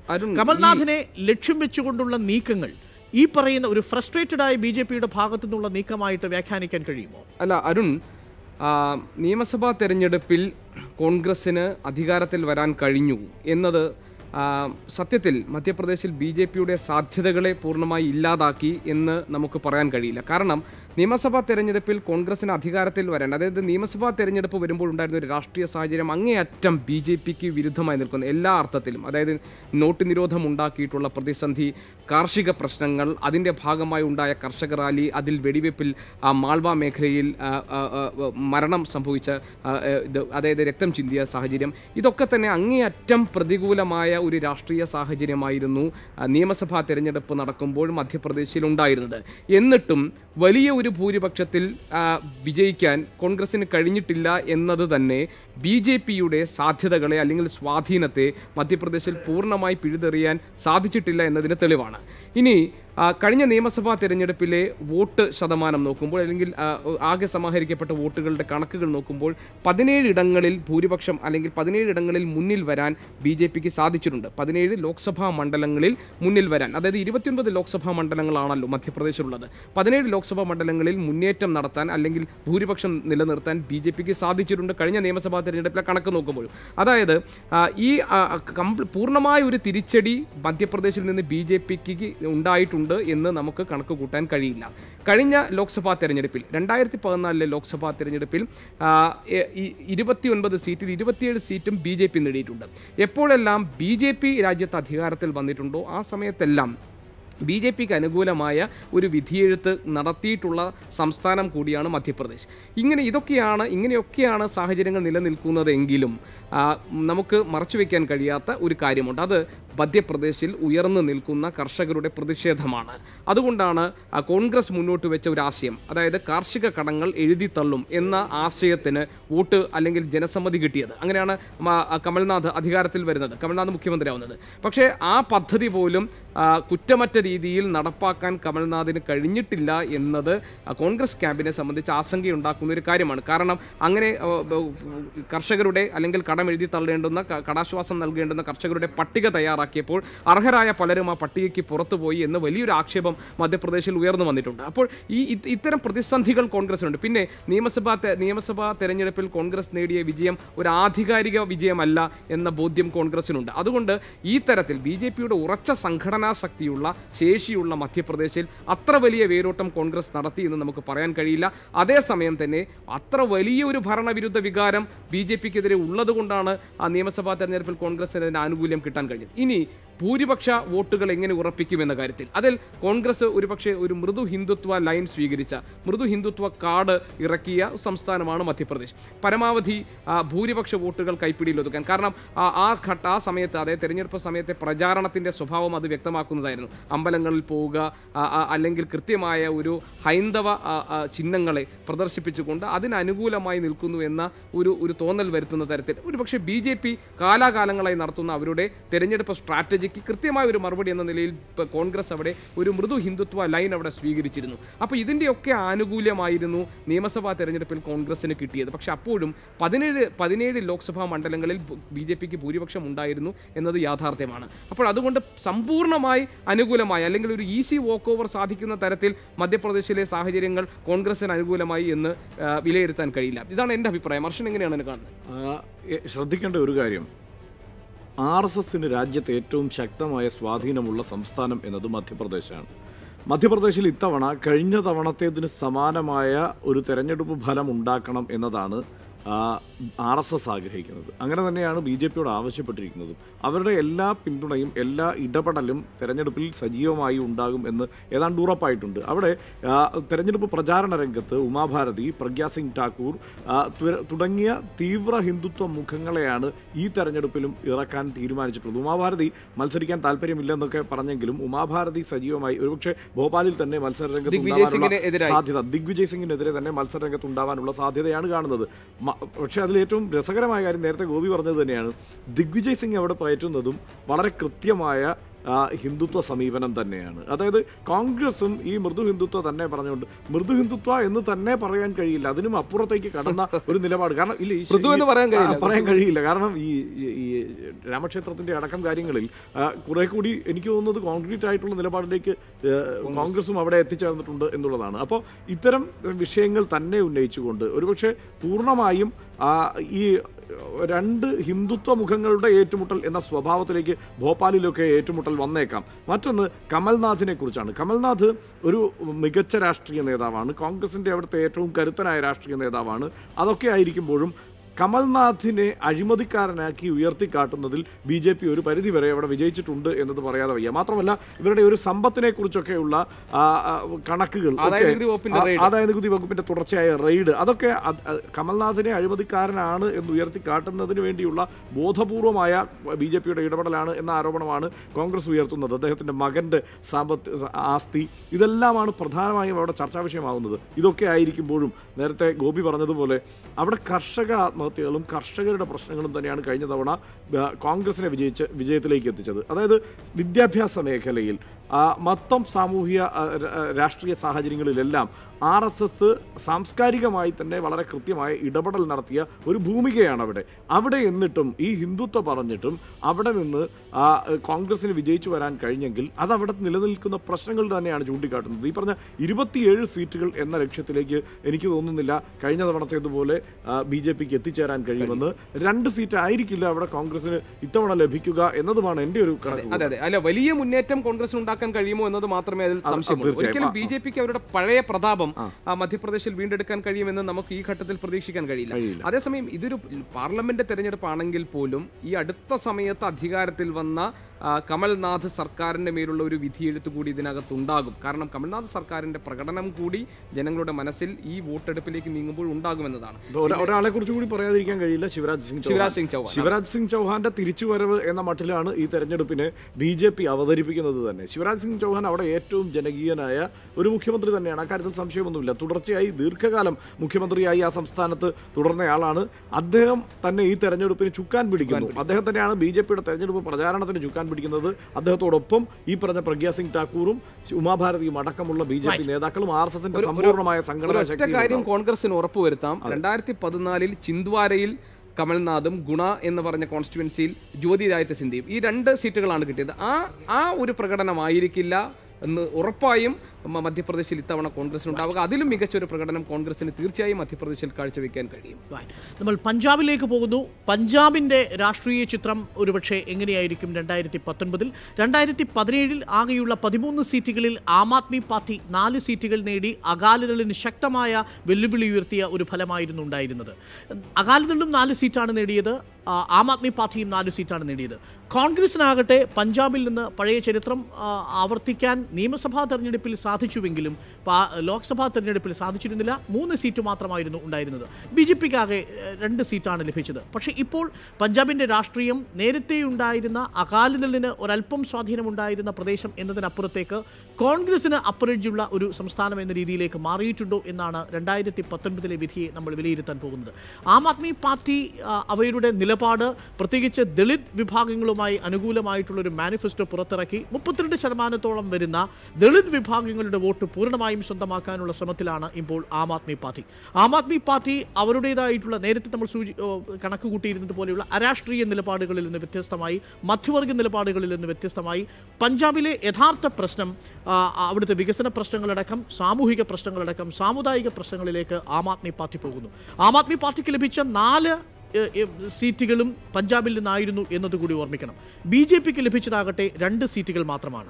ഈ ചരിത്രമാണോ ഇത്തവണയും 2019 ഉണ്ടാവുക? ഇതിൽ ആം ആദ്മി പാർട്ടിക്ക് ഏതെങ്കിലും തരത്തിലൊരു അപ്രജ് ഉണ്ടാകുമോ? കോൺഗ്രസ് നില 3-ൽ നിന്ന് മെച്ചപ്പെടുത്തുമോ എന്നാണ് അറിയാനുള്ളത്. ഹർഷൻ, പഞ്ചാബിൽ നേരത്തെ കണ്ട രാഷ്ട്രീയമായ ഒരു പോരാട്ടമല്ല ഇത്തവണ. ആം ആദ്മി പാർട്ടി അടക്കമുള്ളവർ സാമുദായികമായുള്ള വോട്ട് ബാങ്കുകളിലേക്ക് കയറാനുള്ള ശ്രമം നടത്തുന്നു ഒരു ഭാഗത്ത്. രണ്ടാമത്തെ ഭാഗത്ത് പഞ്ചാബ് പുതിയ കോൺഗ്രസ് സർക്കാരിൻ്റെ കീഴിൽ കാര്യമായ രീതിയിലുള്ള വികസന പ്രവർത്തനങ്ങൾ കാഴ്ചവെച്ചു എന്ന അഭിപ്രായമില്ലെങ്കിലും മുഖ്യമന്ത്രി എന്ന നിലയിൽ കോൺഗ്രസ് നേതാവിൻ്റെ പ്രതിച്ഛായ ഇടിഞ്ഞിട്ടുമില്ല. ഈ സാഹചര്യത്തിൽ എങ്ങനെയാണ് പഞ്ചാബ് ചിന്തിക്കുക? മാറി ചിന്തിക്കുമോ 14-ൽ നിന്ന് വ്യത്യസ്തമായി? തീർച്ചയായും അരുൺ, ഇത് പറഞ്ഞു തുടങ്ങുമ്പോൾ തന്നെ ഈ എവിടെയാണ് സിദ്ധു എന്നുള്ളതാണ് പഞ്ചാബിൽ ആദ്യം ചോദിക്കേണ്ട പ്രശ്നം. അതായത് അവിടുത്തെ ഒരു സ്റ്റാർ ക്യാമ്പയിനർ എന്ന് പറയാവുന്നത് കഴിഞ്ഞ നിയമസഭാ തെരഞ്ഞെടുപ്പിലും അവിടുത്തെ സ്റ്റാർ ക്യാമ്പയിനർ ആയിരുന്നത് നവ്ജോത് സിംഗ് സിദ്ധു ആണ്. അദ്ദേഹം ഈ പറഞ്ഞ അമരീന്ദർ സിംഗുമായുള്ള അഭിപ്രായ ഭിന്നതയെ തുടർന്ന് അദ്ദേഹത്തിൻ്റെ ഭാര്യയ്ക്ക് സീറ്റ് കിട്ടാത്ത പ്രശ്നമൊക്കെ പറഞ്ഞ് അദ്ദേഹം മാറി നിൽക്കുന്നു. ഞാൻ പറഞ്ഞല്ലോ, ഈ ആഭ്യന്തര പ്രശ്നങ്ങളാണ് എല്ലായ്പ്പോഴും കോൺഗ്രസിനെ UPA പല ഘട്ടത്തിലും കുഴക്കുന്നത്. ഇവിടെയും പഞ്ചാബിലെ സാഹചര്യത്തിലും അത് തന്നെ ഇപ്പോൾ സംഭവിച്ചിരിക്കുന്നു എന്ന് വേണമെങ്കിൽ ഒരു പരിധി വരെ പറയാം. പക്ഷേ ഈ ആം ആദ്മി പാർട്ടിയുടെ ഇടപെടൽ ഒരുപക്ഷെ ഇനിയിപ്പോലും ആം ആദ്മി പാർട്ടിയുമായി ഈ കൃത്യമായ ഒരു ധാരണയിലേക്ക് ഒരുപക്ഷെ കോൺഗ്രസിന് നീങ്ങാൻ കഴിയുന്ന സ്ഥിതിവിശേഷമുണ്ട്. ഇപ്പോഴും ബാക്കിയുള്ള ഒരു സംസ്ഥാനമാണ് പഞ്ചാബ്. അതുകൊണ്ട് തന്നെ അങ്ങനെ ഒരു മാറ്റത്തിലേക്ക് പോയാൽ അവിടെ കോൺഗ്രസിന് വല്ലാതെ ഭയക്കേണ്ട ഒരു സാഹചര്യം തൽക്കാലമില്ല. മാത്രമല്ല ഹരിയാനയിൽ ഒരു പുതിയ സഖ്യം രൂപപ്പെടുകയാണ്. അതിൽ ആം ആദ്മി പാർട്ടി കോൺഗ്രസിനെ ക്ഷണിച്ചിട്ടുണ്ട്. അത് ആ ഒരു ബെൽറ്റ് മൊത്തത്തിൽ ചേർന്ന് വരും. അതായത് ഈ പറഞ്ഞ ഡൽഹിയും ഹരിയാനയും പഞ്ചാബും എല്ലാം ആ മട്ടിൽ ഒരു ആലോചനയിലേക്ക് ഇനി വേണമെങ്കിലും പ്രവേശിച്ച് കൂടായികയില്ല. എന്തെങ്കിലുമൊക്കെ ഒരു സാധ്യതയാണ് ഞാൻ പറയുന്നത്. അപ്പോൾ അങ്ങനെ വരുന്നൊരു സാഹചര്യത്തിൽ അവിടെ BJPക്ക് ഒരു വലിയ മുന്നേറ്റം ഉണ്ടാക്കാൻ കഴിയുന്ന സ്ഥിതിവിശേഷം എന്തായാലും ഇല്ല. എന്നാൽ കോൺഗ്രസിന് പ്രചാരണ രംഗത്തൊക്കെ ഈ പ്രശ്നങ്ങൾ നിഴലിക്കുന്നുമുണ്ട്. അതുകൊണ്ട് പിന്നെ അവിടുത്തെ പ്രശ്നങ്ങൾ, അവിടുത്തെ അടിസ്ഥാനം, അവിടുത്തെ സാമൂഹിക പ്രശ്നങ്ങൾ തന്നെയാണ് ഒന്ന്. അവിടുത്തെ ഈ പറഞ്ഞ മയക്കുമരുന്നിൻ്റെ ഉപയോഗം അടക്കമുള്ള വിഷയങ്ങൾ തടയുന്നതുമായി ബന്ധപ്പെട്ട കാര്യങ്ങളെല്ലാം അതൊക്കെ ഇപ്പോഴും പ്രചാരണ രംഗത്ത് വളരെ കൃത്യമായി ഉയർത്തി കാട്ടപ്പെടുന്നുണ്ട് എന്നതാണ്. അത്തരം സ്റ്റിംഗ് ഓപ്പറേഷനുകളൊക്കെ അതുമായി ബന്ധപ്പെട്ടൊക്കെ പുറത്തു വന്നു കഴിഞ്ഞു. അപ്പോൾ അത്തരം വിഷയങ്ങളിൽ ഊന്നി നിന്നുകൊണ്ട് തന്നെയാണ് ഈ തെരഞ്ഞെടുപ്പിനെയും അവിടെ BJPയും കോൺഗ്രസും നേരിടുന്നത്. അവിടെ അകാലി BJP സഖ്യത്തിന് നല്ല മത്സരം കാഴ്ചവെക്കാൻ കഴിയും. പക്ഷേ സ്ഥിതിഗതികൾ ഇത്തവണത്തേതിൽ നിന്ന് വലിയ വ്യത്യസ്തമാവാൻ, ഇപ്പോൾ നിലവിലുള്ളതിൽ നിന്ന് വ്യത്യസ്തമാവാൻ സാധ്യത കാണുന്നില്ല. എനിക്ക് തോന്നുന്നത് ഹർഷൻ, കഴിഞ്ഞ തവണ ഇപ്പോൾ അരുൺ കാണിച്ച കണക്കിൽ നമ്മൾ കണ്ടല്ലോ, കഴിഞ്ഞ തവണ ആം ആദ്മി പാർട്ടി 4 സീറ്റ്, അതൊരു അപ്രതീക്ഷിതമായ ഒരു മുന്നേറ്റമായിരുന്നു ആം ആദ്മി പാർട്ടി പഞ്ചാബിൽ കാണിച്ചത്. അകാലിദളിന് 4 സീറ്റ്, കോൺഗ്രസിന് 3 സീറ്റ്, BJPക്ക് 2 സീറ്റ്. പക്ഷെ കോൺഗ്രസ് ഇത്തവണ അമരീന്ദർ സിംഗിന്റെ സർക്കാരിന്റെ പ്രകടനത്തിന്മേലുള്ളൊരു വിധിയെഴുത്ത് കൂടി ഇത്തവണ പഞ്ചാബിലുണ്ടാകും. കോൺഗ്രസിനെ സംബന്ധിച്ച് എൻ്റെ വിലയിരുത്തലിൽ കോൺഗ്രസിന് കൂടുതൽ സീറ്റ് കിട്ടാൻ പാകത്തിലുള്ള ഒരു രാഷ്ട്രീയ സാഹചര്യം ഇപ്പോൾ പഞ്ചാബിൽ രൂപപ്പെട്ടിട്ടുണ്ട്. 2 കാരണങ്ങൾ കൊണ്ട്. ഒന്ന്, കഴിഞ്ഞ തവണ 4 സീറ്റ് നേടി, അതായത് ഏതാണ്ട് 24.5% വോട്ട് വിഹിതമാണ് ആം ആദ്മി പാർട്ടി നേടിയത്. ആം ആദ്മി പാർട്ടിയിൽ വലിയ ഭിന്നതയുണ്ടായിരിക്കുന്നു.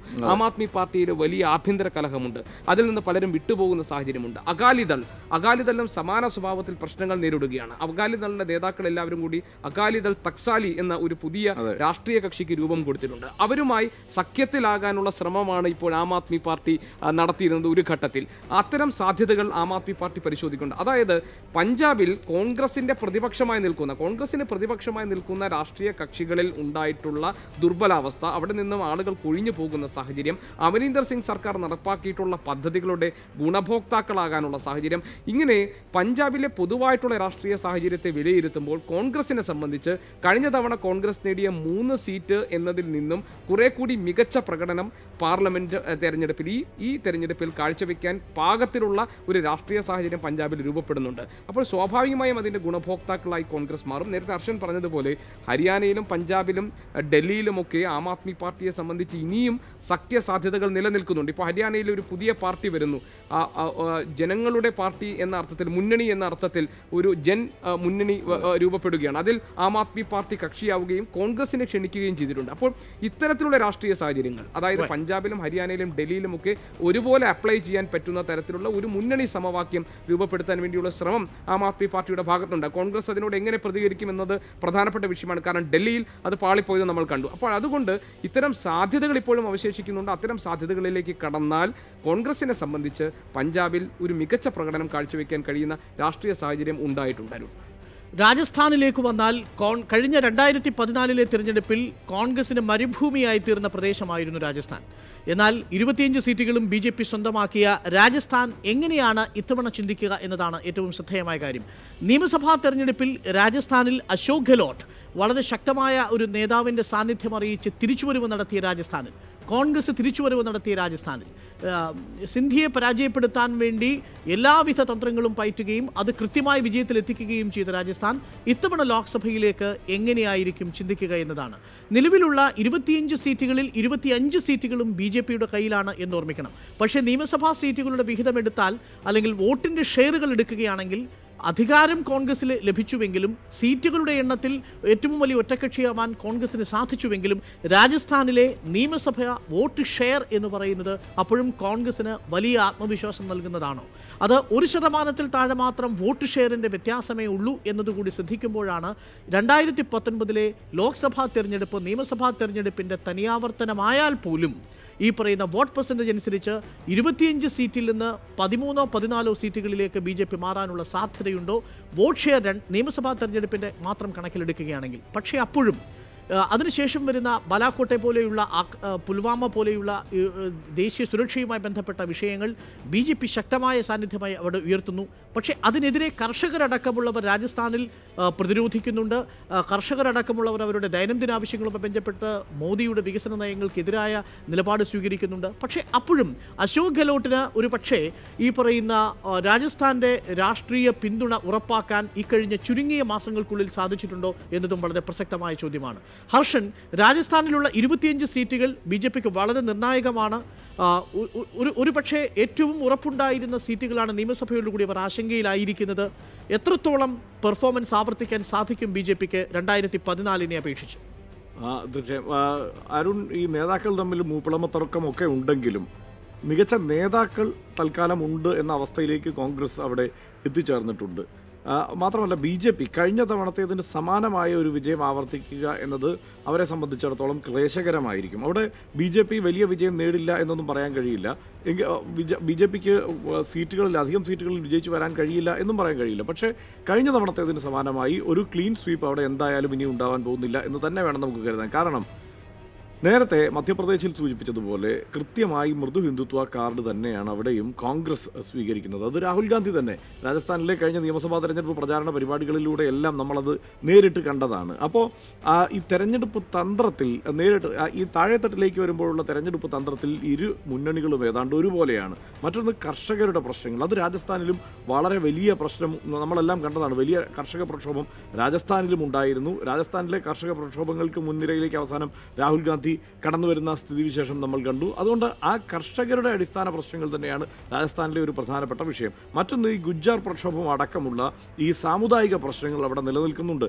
ഇതെല്ലാം പലതരത്തിൽ കോൺഗ്രസിന് അനുകൂല ഘടകമായി വന്നതോടെയാണ് അവിടെ കോൺഗ്രസിന് സർക്കാർ രൂപീകരിക്കാവുന്ന ഒരു സ്ഥിതിവിശേഷം ഉണ്ടായത്. രൂപീകരിച്ചതിന് ശേഷം മധ്യപ്രദേശിൽ നിന്ന് വ്യത്യസ്തമായി ഈ പ്രഖ്യാപിച്ച ഈ കർഷക അനുകൂല പാക്കേജുകൾ അല്ലെങ്കിൽ ഈ പറഞ്ഞ ഈ കാർഷിക വായ്പ എഴുതി തള്ളുന്ന പദ്ധതികളടക്കം വലിയ സ്വാഭാവികമായിട്ടും അവിടെയും പരാതികളൊക്കെ ഉണ്ട്. പക്ഷേ ആ വാഗ്ദാനം പാലിച്ചു എന്ന ഒരു തോന്നൽ നിലനിർത്താൻ രാജസ്ഥാനിൽ കോൺഗ്രസ് സർക്കാരിന് കഴിഞ്ഞിട്ടുമുണ്ട്. പിന്നെ ഇപ്പോൾ ഈ പറഞ്ഞ മൂപ്പിളമ തർക്കത്തിനൊക്കെ ഒടുവിൽ ഈ ഇരു നേതാക്കളെയും, അതായത് സച്ചിൻ പൈലറ്റിനെയും ഗെഹ്ലോട്ടിനെയും ഒരുമിച്ച് കൊണ്ടുപോകാൻ കോൺഗ്രസ് ദേശീയ നേതൃത്വത്തിന് കഴിയുന്ന സ്ഥിതിവിശേഷമുണ്ട്. അവിടെ തരക്കേടില്ലാത്ത ഒരു KC വേണുഗോപാൽ വളരെ നിർണായക പങ്ക് വഹിച്ചു. KC വേണുഗോപാൽ വളരെ നിർണായകമായ പങ്കൊക്കെ വഹിച്ചിട്ടുണ്ട്. അവിടെ തരക്കേടില്ലാത്ത ഒരു സ്ഥിതിയിലാണ് കോൺഗ്രസ് അല്ലെങ്കിൽ UPA എന്ന് പറയാം. മാത്രമല്ല ഭരണത്തിൻ്റെ ആനുകൂല്യം വേറൊരു തരത്തിൽ അവർ പ്രയോജനപ്പെടുത്താനുള്ള സാധ്യതയുണ്ട്. ഈ അടിത്തട്ടിലെ രാഷ്ട്രീയത്തിൽ ഹിന്ദുത്വയും തീവ്ര ഹിന്ദുത്വയും മൃദു ഹിന്ദുത്വയും പറഞ്ഞവർക്ക് പരസ്പരം പിടിച്ചു നിൽക്കാൻ കഴിയുന്നുണ്ടെങ്കിൽ മറ്റ് സാമുദായിക സമവാക്യങ്ങൾ, ജാതി സമവാക്യങ്ങളെ ഒരു പരിധിവരെ ഒപ്പം നിർത്താൻ ഈ ഗുജ്ജർ വിഭാഗങ്ങളുടെയൊക്കെ കാര്യത്തിൽ ആ മട്ടിൽ ഇടപെടാൻ കോൺഗ്രസിന് കഴിയുന്നുണ്ടെങ്കിൽ തീർച്ചയായും 25-25 എന്ന അവസ്ഥയിലേക്ക് ഇനി ഇത്തവണ BJP പോവില്ല.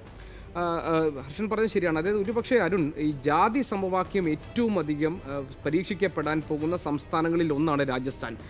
കാലാകാലങ്ങളായി BJPയുടെ ഒരു ഉറച്ച വോട്ട് ബാങ്ക് എന്ന് പറയുന്നത് ഗുജ്ജർ സമുദായമാണ്. അപ്പോൾ ഗുജ്ജർ സമുദായം, അതായത് വളരെ ആക്രമണോത്സുകമായ ഒരു സ്വഭാവ സവിശേഷതയുള്ള വിഭാഗമാണ് ഗുജ്ജർ. അതായത് തെരഞ്ഞെടുപ്പ് ഉത്സവങ്ങളിലെല്ലാം വളരെ ശക്തമായി അവരുടെ സാന്നിധ്യം അറിയിക്കാൻ വെമ്പൽ കൊള്ളുന്ന, അതിനുവേണ്ടി ഇറങ്ങിത്തിരിക്കുന്ന ഒരു പ്രത്യേക വിഭാഗമാണ് ഗുജ്ജർ സമുദായം.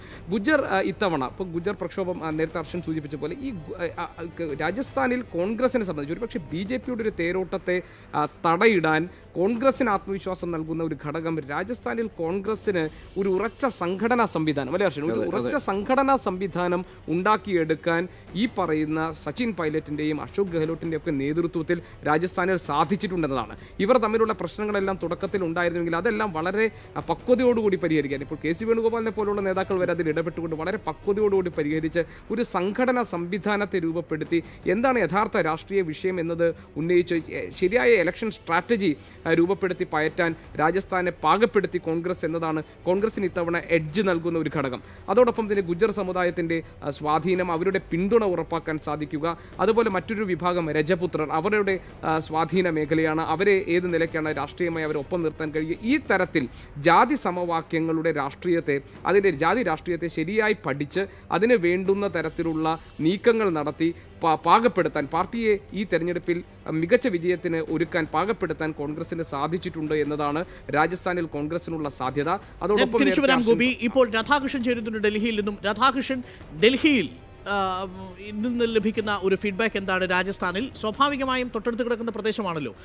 ഇക്കഴിഞ്ഞ നിയമസഭാ തെരഞ്ഞെടുപ്പിന് ശേഷം അശോക് ഗെഹ്ലോട്ടിന് കാര്യമായ രീതിയിൽ പാർലമെന്റ് തെരഞ്ഞെടുപ്പിലേക്ക് കോൺഗ്രസ് സംവിധാനത്തെ സംഘടിപ്പിക്കുന്നതിന് സാധിച്ചിട്ടുണ്ടോ? ഉത്തരേന്ത്യയിൽ വളരെ കൃത്യമായി ആസൂത്രണമായി കോൺഗ്രസ് പ്രവർത്തിക്കുന്ന സംസ്ഥാനങ്ങളിലൊന്നാണ് രാജസ്ഥാൻ. അതും നേരത്തെ സൂചിപ്പിച്ച നമ്മളുടെ ഈ ഘടകങ്ങളെല്ലാം കൂടി കൂട്ടിവായിക്കുമ്പോൾ കഴിഞ്ഞ തവണയുണ്ടായ 25 സീറ്റ് എന്നുള്ളത് വോട്ട് ഷെയറിന്റെ അടിസ്ഥാനത്തിലാണെങ്കിൽ പോലും BJPക്ക് പ്രതീക്ഷിക്കാൻ സാധ്യതയില്ല എന്നാണ് മനസ്സിലാക്കുന്നത്. എന്താണ് ആ ഗ്രൗണ്ട് റിയാലിറ്റി രാജസ്ഥാനിലെ? അരുൺ, ഇപ്പോഴത്തെ ഒരു സാഹചര്യത്തിൽ കഴിഞ്ഞ തവണത്തെ 25 എന്ന ഒരു സാഹചര്യത്തിലേക്ക് ഒരിക്കലും BJPക്ക് പോകാനുള്ള അവസ്ഥ ഇപ്പോഴില്ല എന്നുള്ളതാണ് യാഥാർത്ഥ്യം.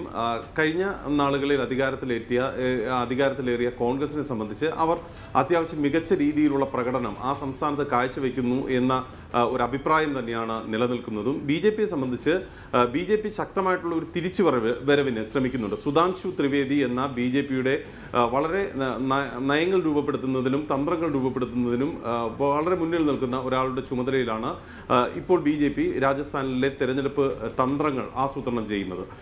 ഇവിടെ ഈ പറഞ്ഞ വിഷയങ്ങൾക്ക്, നേരത്തെ ഹർഷനും ഗോപിയും സൂചിപ്പിച്ച വിഷയങ്ങൾക്കെല്ലാം ഉപരി ദേശീയത വളരെ വലിയ രീതിയിൽ ആളിക്കത്തിക്കാൻ BJP ശ്രമിക്കുന്ന സംസ്ഥാനങ്ങളിലൊന്ന് രാജസ്ഥാനാണ് എന്നുള്ളതാണ്. നിലവിൽ നിൽക്കുന്ന വോട്ട് ഷെയറിലുള്ള വ്യത്യാസം ഏതാണ്ട് 1% ആ വ്യത്യാസം, നിയമസഭാ തെരഞ്ഞെടുപ്പിലുണ്ടായ ആ വ്യത്യാസത്തെ മറികടക്കാൻ ഈ ഒരു ദേശീയത ആളിക്കത്തിച്ചാൽ സാധിക്കുമെന്ന് BJP കരുതുന്ന പ്രധാനപ്പെട്ട സംസ്ഥാനങ്ങളിലൊന്ന് രാജസ്ഥാനാണ്. രാജസ്ഥാനെ സംബന്ധിച്ച് നിരവധി സൈനിക കുടുംബങ്ങൾ, സൈന്യത്തിൻ്റെ താഴെക്കിടയിൽ ജോലി ചെയ്യുന്ന നിരവധി ആളുകളുടെ കുടുംബങ്ങൾ ഉള്ള ഒരു സംസ്ഥാനമാണ് രാജസ്ഥാൻ. അതുകൊണ്ട് വലിയ രീതിയിൽ ഈ മൃദു ഹിന്ദുത്വ നയം കോൺഗ്രസ് ഒരു ഭാഗത്ത് പയറ്റുമ്പോൾ, ഹിന്ദുത്വ നയം പയറ്റുന്നതിനൊപ്പം ദേശീയത എന്നുള്ള ആ ഒരു ചർച്ചയിലേക്ക് ആ സംസ്ഥാനത്തെ കൊണ്ടെത്തിക്കാൻ BJP വലിയ രീതിയിൽ ശ്രമിക്കുന്നു എന്നുള്ളതാണ് കഴിഞ്ഞ ദിവസങ്ങളിൽ അവിടെ നിന്ന് കാണാൻ സാധിക്കുന്നത്. ഇതിന് അവർ വലിയ രീതിയിൽ വിജയിക്കുകയും അവർക്ക് സാധിച്ചിട്ടുണ്ട്. കോൺഗ്രസിനെ സംബന്ധിച്ച് പ്രതിരോധമുണ്ടാക്കാൻ അവർ ശ്രമിക്കുന്നു എന്നുള്ളത് മറ്റൊരു ഘടകം. ഇതാണ് അവിടുത്തെ ഏറ്റവും അടിസ്ഥാനപരമായിട്ടുള്ള കാര്യം. 25-ൽ നിന്നും BJPയെ സംബന്ധിച്ച് ആ കുറയുന്ന ഓരോ സീറ്റും BJPയെ സംബന്ധിച്ച് അതിനിർണായകമാണ് എന്നുള്ളത് ഒരു തർക്കമില്ലാത്ത അവസ്ഥ. അതുകൊണ്ട് സാധ്യമാകുന്ന കൂടുതൽ സീറ്റ് അത് കരസ്ഥമാക്കുക എന്നുള്ളതാണ് BJPയുടെ തന്ത്രം. ഇതിനെ അടിസ്ഥാനമാക്കിയിട്ടുള്ള പ്രചരണങ്ങളാണ് അവർ അവിടെ നടത്തുന്നത്. തുല്യശക്തി എന്ന് വിശേഷിപ്പിക്കാവുന്ന നമ്മൾ വളരെ പെട്ടെന്ന് നമുക്ക് ഹരിയാനയിലേക്ക് പോകണം, ഹിമാചൽ പ്രദേശിലേക്ക് പോകണം, നിർണായകമായ ഹൃദയഭൂമിയിലെ ഉത്തർപ്രദേശിലേക്കും നമ്മുടെ അല്പസമയത്തിനകം വിശകലനം എത്തേണ്ടതുണ്ട്. ഒരു ചെറിയ ബ്രേക്കിന് ശേഷം തിരിച്ചു വരാം. ഇലക്ഷൻ എക്സ്പേർട്ട്, ഇന്ത്യയുടെ രാഷ്ട്രീയം ഇനി ദേശീയ പാർട്ടികൾ നിശ്ചയിക്കുമോ എന്നാണ് ഈ ലൈവാത്തോൺ അന്വേഷിക്കുന്നത്. ചെറിയ break.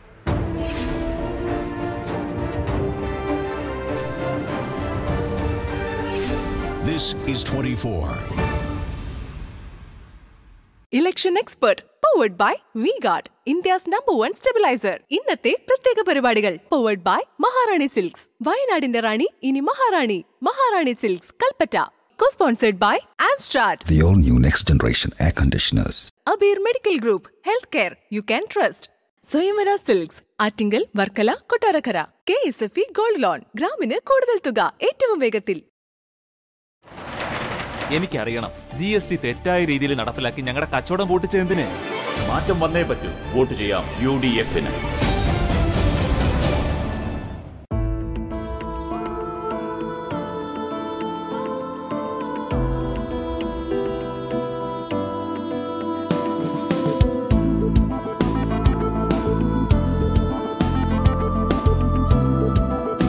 Game changer, warrior, denim and casuals.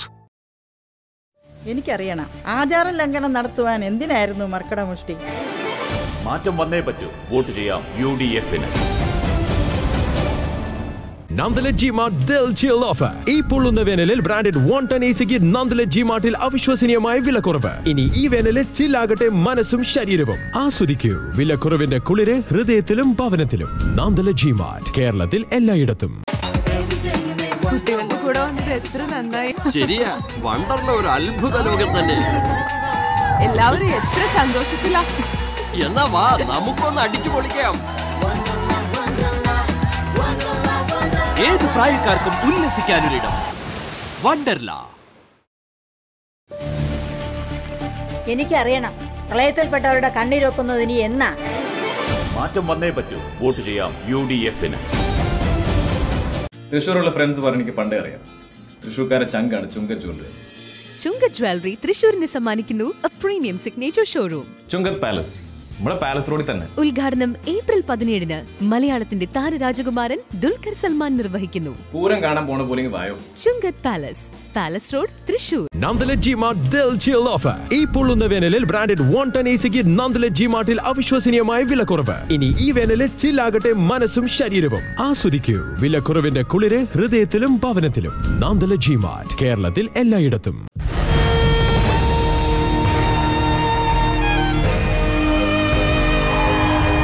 Conquering new worlds of fashion, not Republic. എനിക്കറിയണം എന്റെ അക്കൗണ്ടിൽ ഇടുമെന്ന് പറഞ്ഞ 15 ലക്ഷം എവിടെ? മാറ്റം വന്നേ പറ്റൂ. വോട്ട് ചെയ്യാം UDF. Election expert powered by V-Guard, India's #1 stabilizer.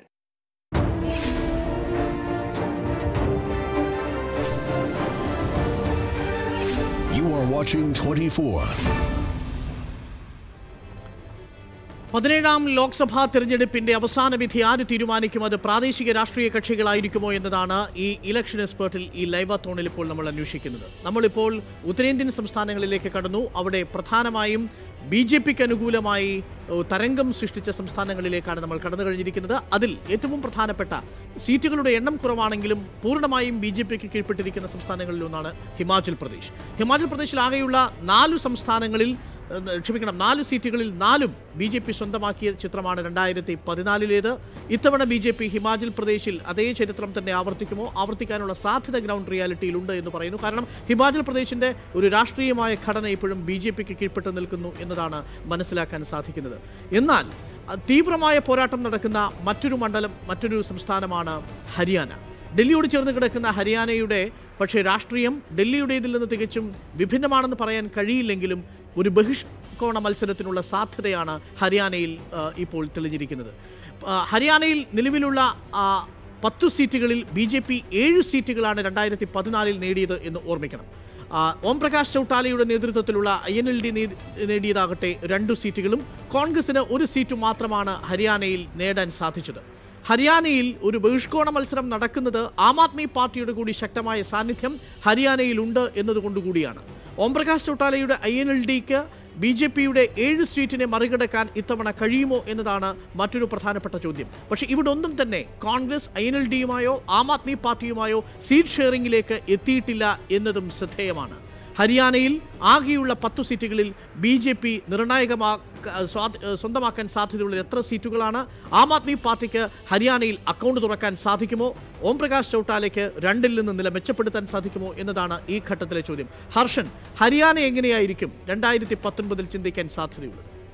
അവിടുത്തെ ഏറ്റവും ശ്രദ്ധേയമായ രാഷ്ട്രീയ സഖ്യം എന്നതിപ്പോൾ രൂപപ്പെട്ടിരിക്കുന്ന ആം ആദ്മി പാർട്ടിയും ഈ ജൻനായക് ജനതാ പാർട്ടിയും തമ്മിലുള്ള ആ സഖ്യം തന്നെയാണ്. അക്കാര്യത്തിൽ സംശയമില്ല. കാരണം നമുക്ക് ഈ ദേവിലാലിൻ്റെ കുടുംബത്തിൽ നിന്ന് തന്നെയുള്ള അദ്ദേഹത്തിൻ്റെ കൊച്ചുമകനാണ് ഈ പറഞ്ഞ ദുഷ്യന്ത് ചൗട്ടാല.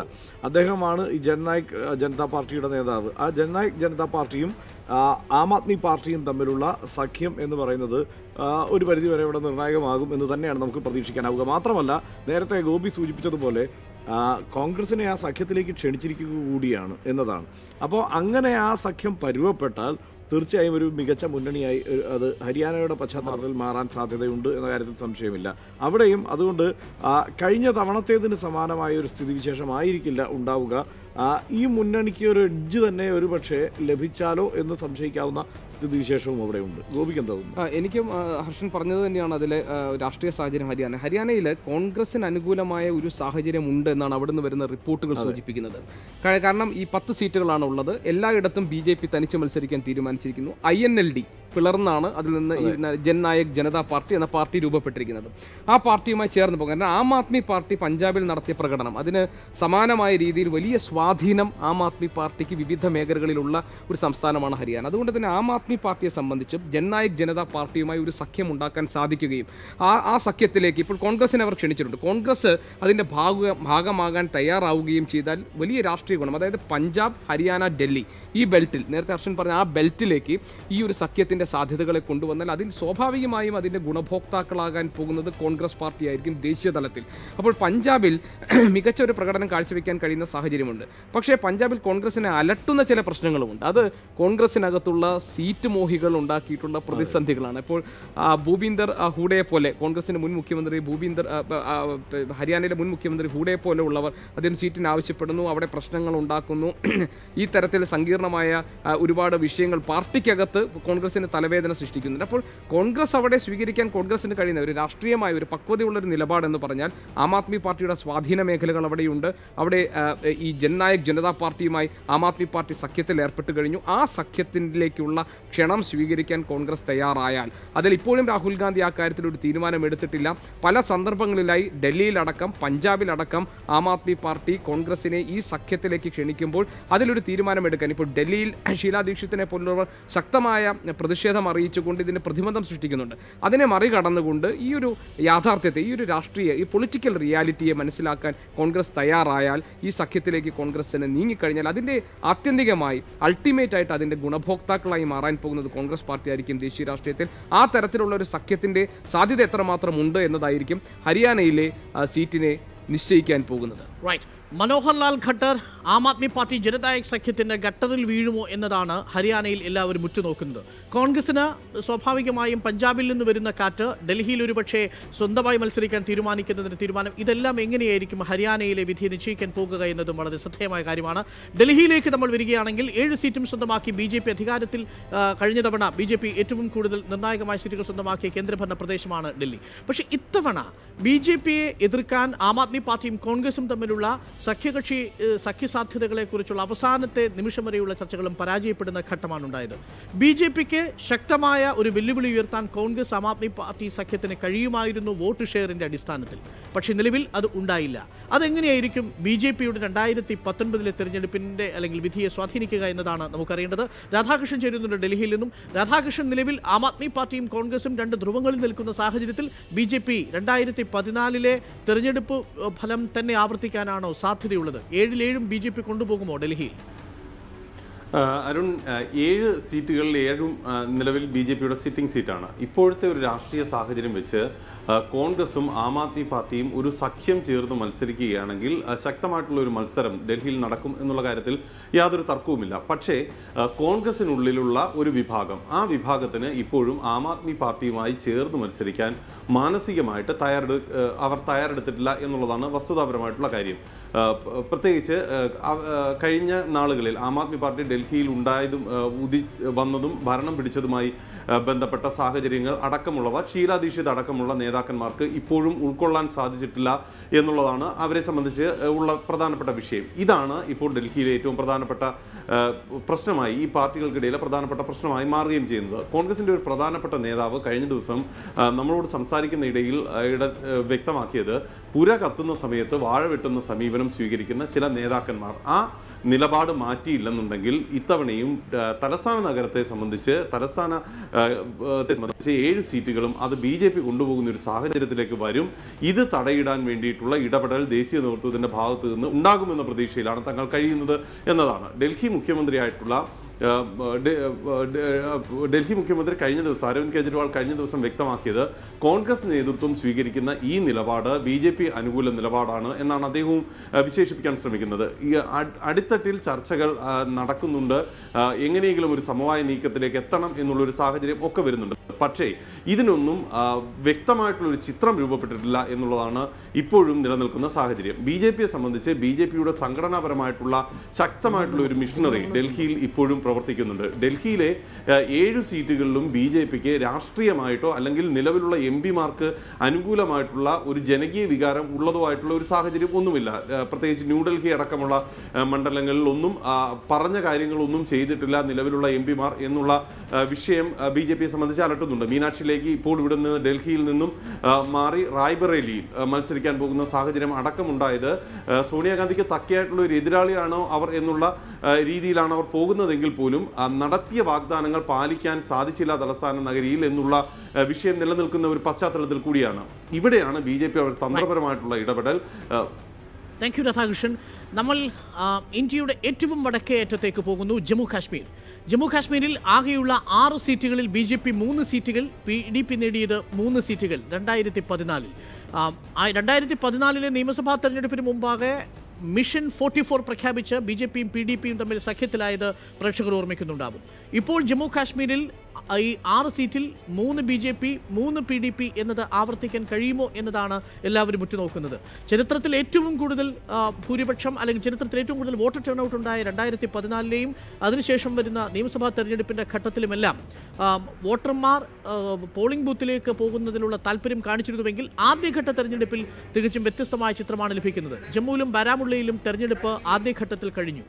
എങ്ങനെയായിരിക്കും 2019 ലോക്സഭാ തെരഞ്ഞെടുപ്പിൽ ജമ്മു കാശ്മീരിൽ വിധി അനുകൂലമാവുക? BJPക്ക് 3-ൽ കൂടുതൽ സീറ്റുകളിലേക്ക് മാറാൻ കഴിയുമോ? നിർണായകമായ ലഡാക്ക് സീറ്റ് ഇത്തവണ എങ്ങോട്ടാണ് ചായുക എന്നുള്ള ചോദ്യങ്ങളൊക്കെ വളരെ പ്രസക്തമാണ്. ഹർഷൻ, ജമ്മു കാശ്മീരിൻ്റെ ഫലം അത് 6 സീറ്റുകളെ ഉള്ളൂവെങ്കിലും രാഷ്ട്രീയമായ പ്രാധാന്യമുള്ള ഒരു മത്സരമാണ് അവിടെ നടക്കുന്നത്.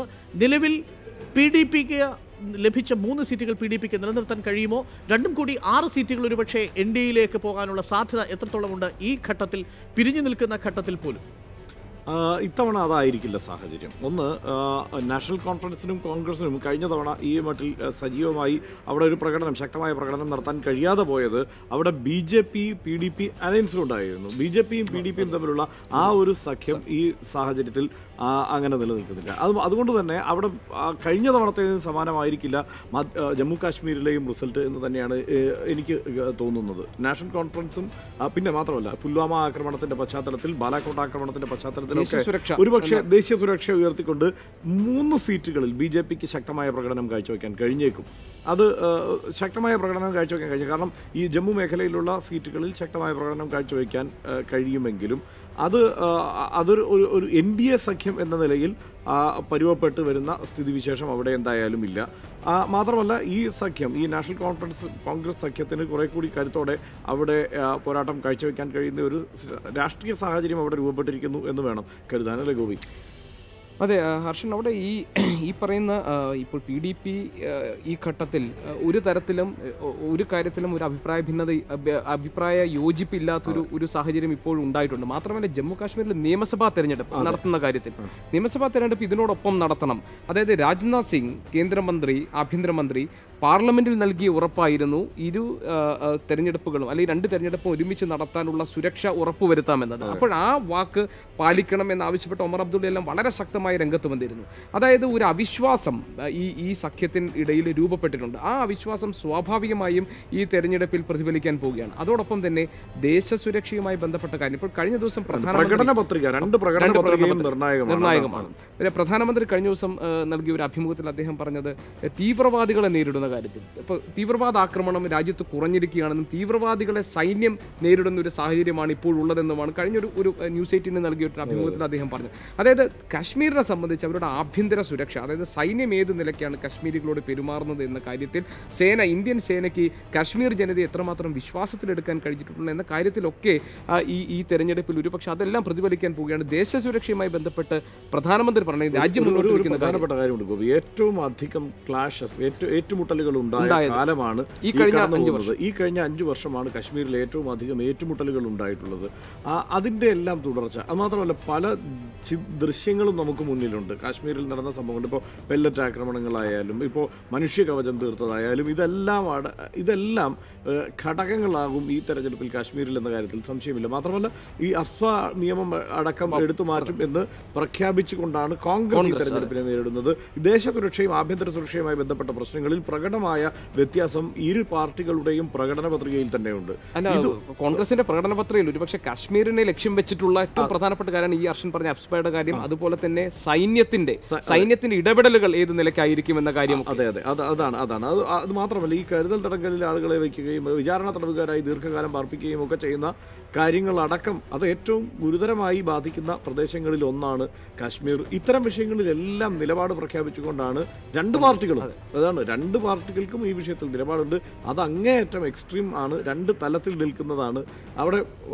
അതുകൊണ്ട് തന്നെ അതെല്ലാം ഈ തെരഞ്ഞെടുപ്പിൽ പ്രതിഫലിക്കുമെന്ന കാര്യത്തിൽ എനിക്ക് സംശയം വേണ്ട. അത് അനുകൂലമായിരിക്കുമോ എന്ന ഈ ഹിന്ദു ഭൂരിപക്ഷ മേഖലകളിൽ ഒരുപക്ഷെ BJPക്ക് അനുകൂലമായി അത് ഭവിച്ചേക്കാം. പക്ഷേ കഴിഞ്ഞ തവണത്തേതിന് സമാനമായി അത് വരാൻ സാധിക്കും. ആ തരത്തിലൊരു മികച്ച പ്രകടനം അല്ലെങ്കിൽ ഒരു മുന്നേറ്റത്തിനുള്ള സാധ്യതയില്ല. പിന്നെ കാശ്മീരിലെ ഈ വിഷയങ്ങൾ ഒരു സവിശേഷമായ വിഷയങ്ങൾ തന്നെയാണ്. കാശ്മീരിൽ പൊതുവായിട്ടുള്ള രാജ്യത്തെ ബാധിക്കുന്ന വിഷയങ്ങളല്ല ജമ്മു കാശ്മീരിലെ തിരഞ്ഞെടുപ്പ് ഫലത്തിനെ നിർണ്ണയിക്കാൻ പോകുന്ന ഘടകങ്ങൾ. അത് നേരത്തെ നമ്മൾ സൂചിപ്പിച്ചതുപോലെ തന്നെ ദേശസുരക്ഷയുമായി ബന്ധപ്പെട്ട് ഈ രാജ്യത്ത് നടക്കുന്ന ചർച്ചകളുടെ പ്രതിഫലനം അവിടെ ഉണ്ടാകും. കാശ്മീരിലെ ആഭ്യന്തര വിഷയങ്ങളോട് പുലർത്തുന്ന സമീപനം എന്തായിരിക്കും എന്ന കാര്യത്തിൽ തർക്കമുണ്ടാകും.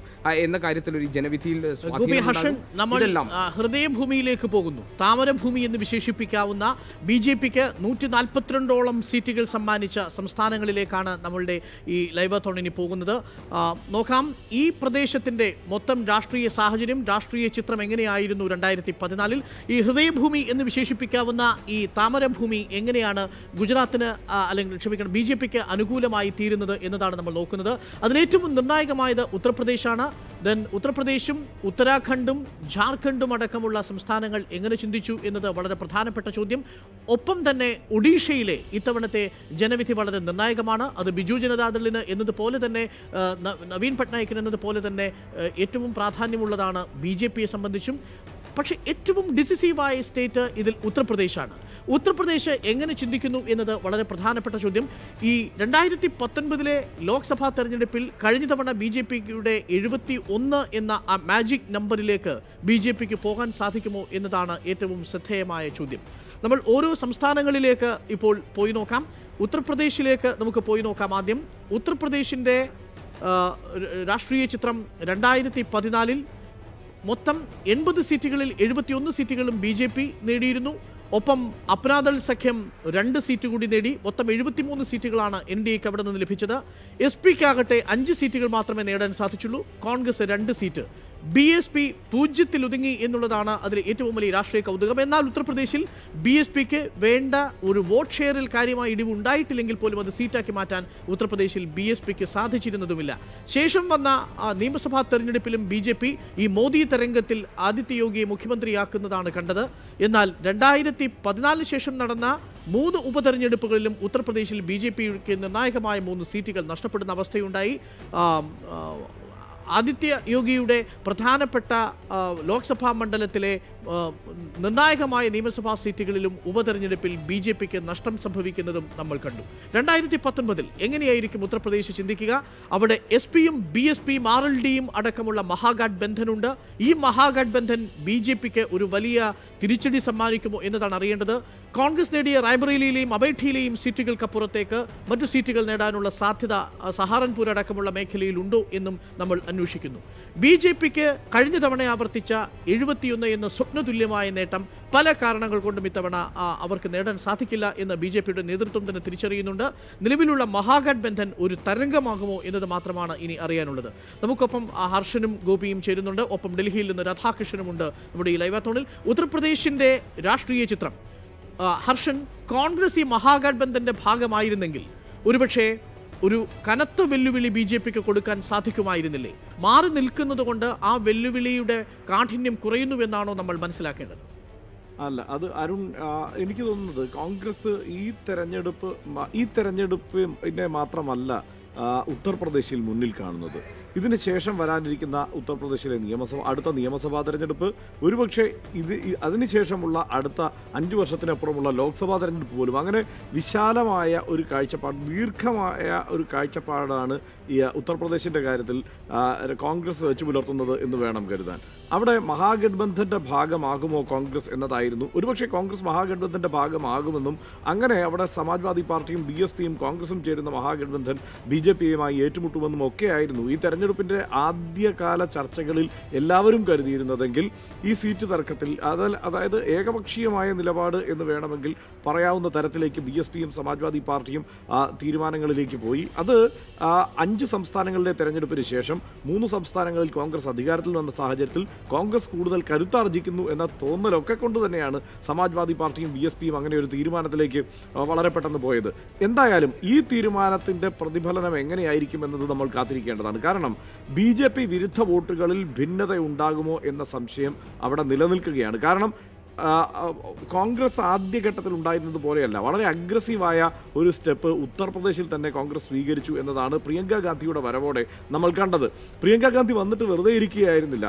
അവിടുത്തെ BJPയുടെ സംസ്ഥാന അധ്യക്ഷൻ്റെ മരുമകളെ തന്നെ കോൺഗ്രസിലേക്ക് എത്തിച്ചു പ്രിയങ്ക ഗാന്ധി എന്നതാണ് അതിലേറ്റവും ശ്രദ്ധേയമായ കാര്യം. അമൃത പാണ്ഡയെ കോൺഗ്രസിലേക്ക് എത്തിക്കുന്നത് അടക്കമുള്ള അതൊന്നും ഒരു ചെറിയ നീക്കമായി നമ്മൾ കരുതേണ്ടതില്ല. കാരണം അവിടെ അഗ്രസീവായി പോരാടാൻ തന്നെയാണ് കോൺഗ്രസ് തീരുമാനിച്ചിരിക്കുന്നത് എന്ന സൂചന തന്നെയാണ് നമുക്ക് ലഭിക്കുന്നത്. മാത്രമല്ല, ഇതിനേക്കാളൊക്കെ വലിയ കാര്യം, ഒരുപക്ഷെ വാരാണസിയിൽ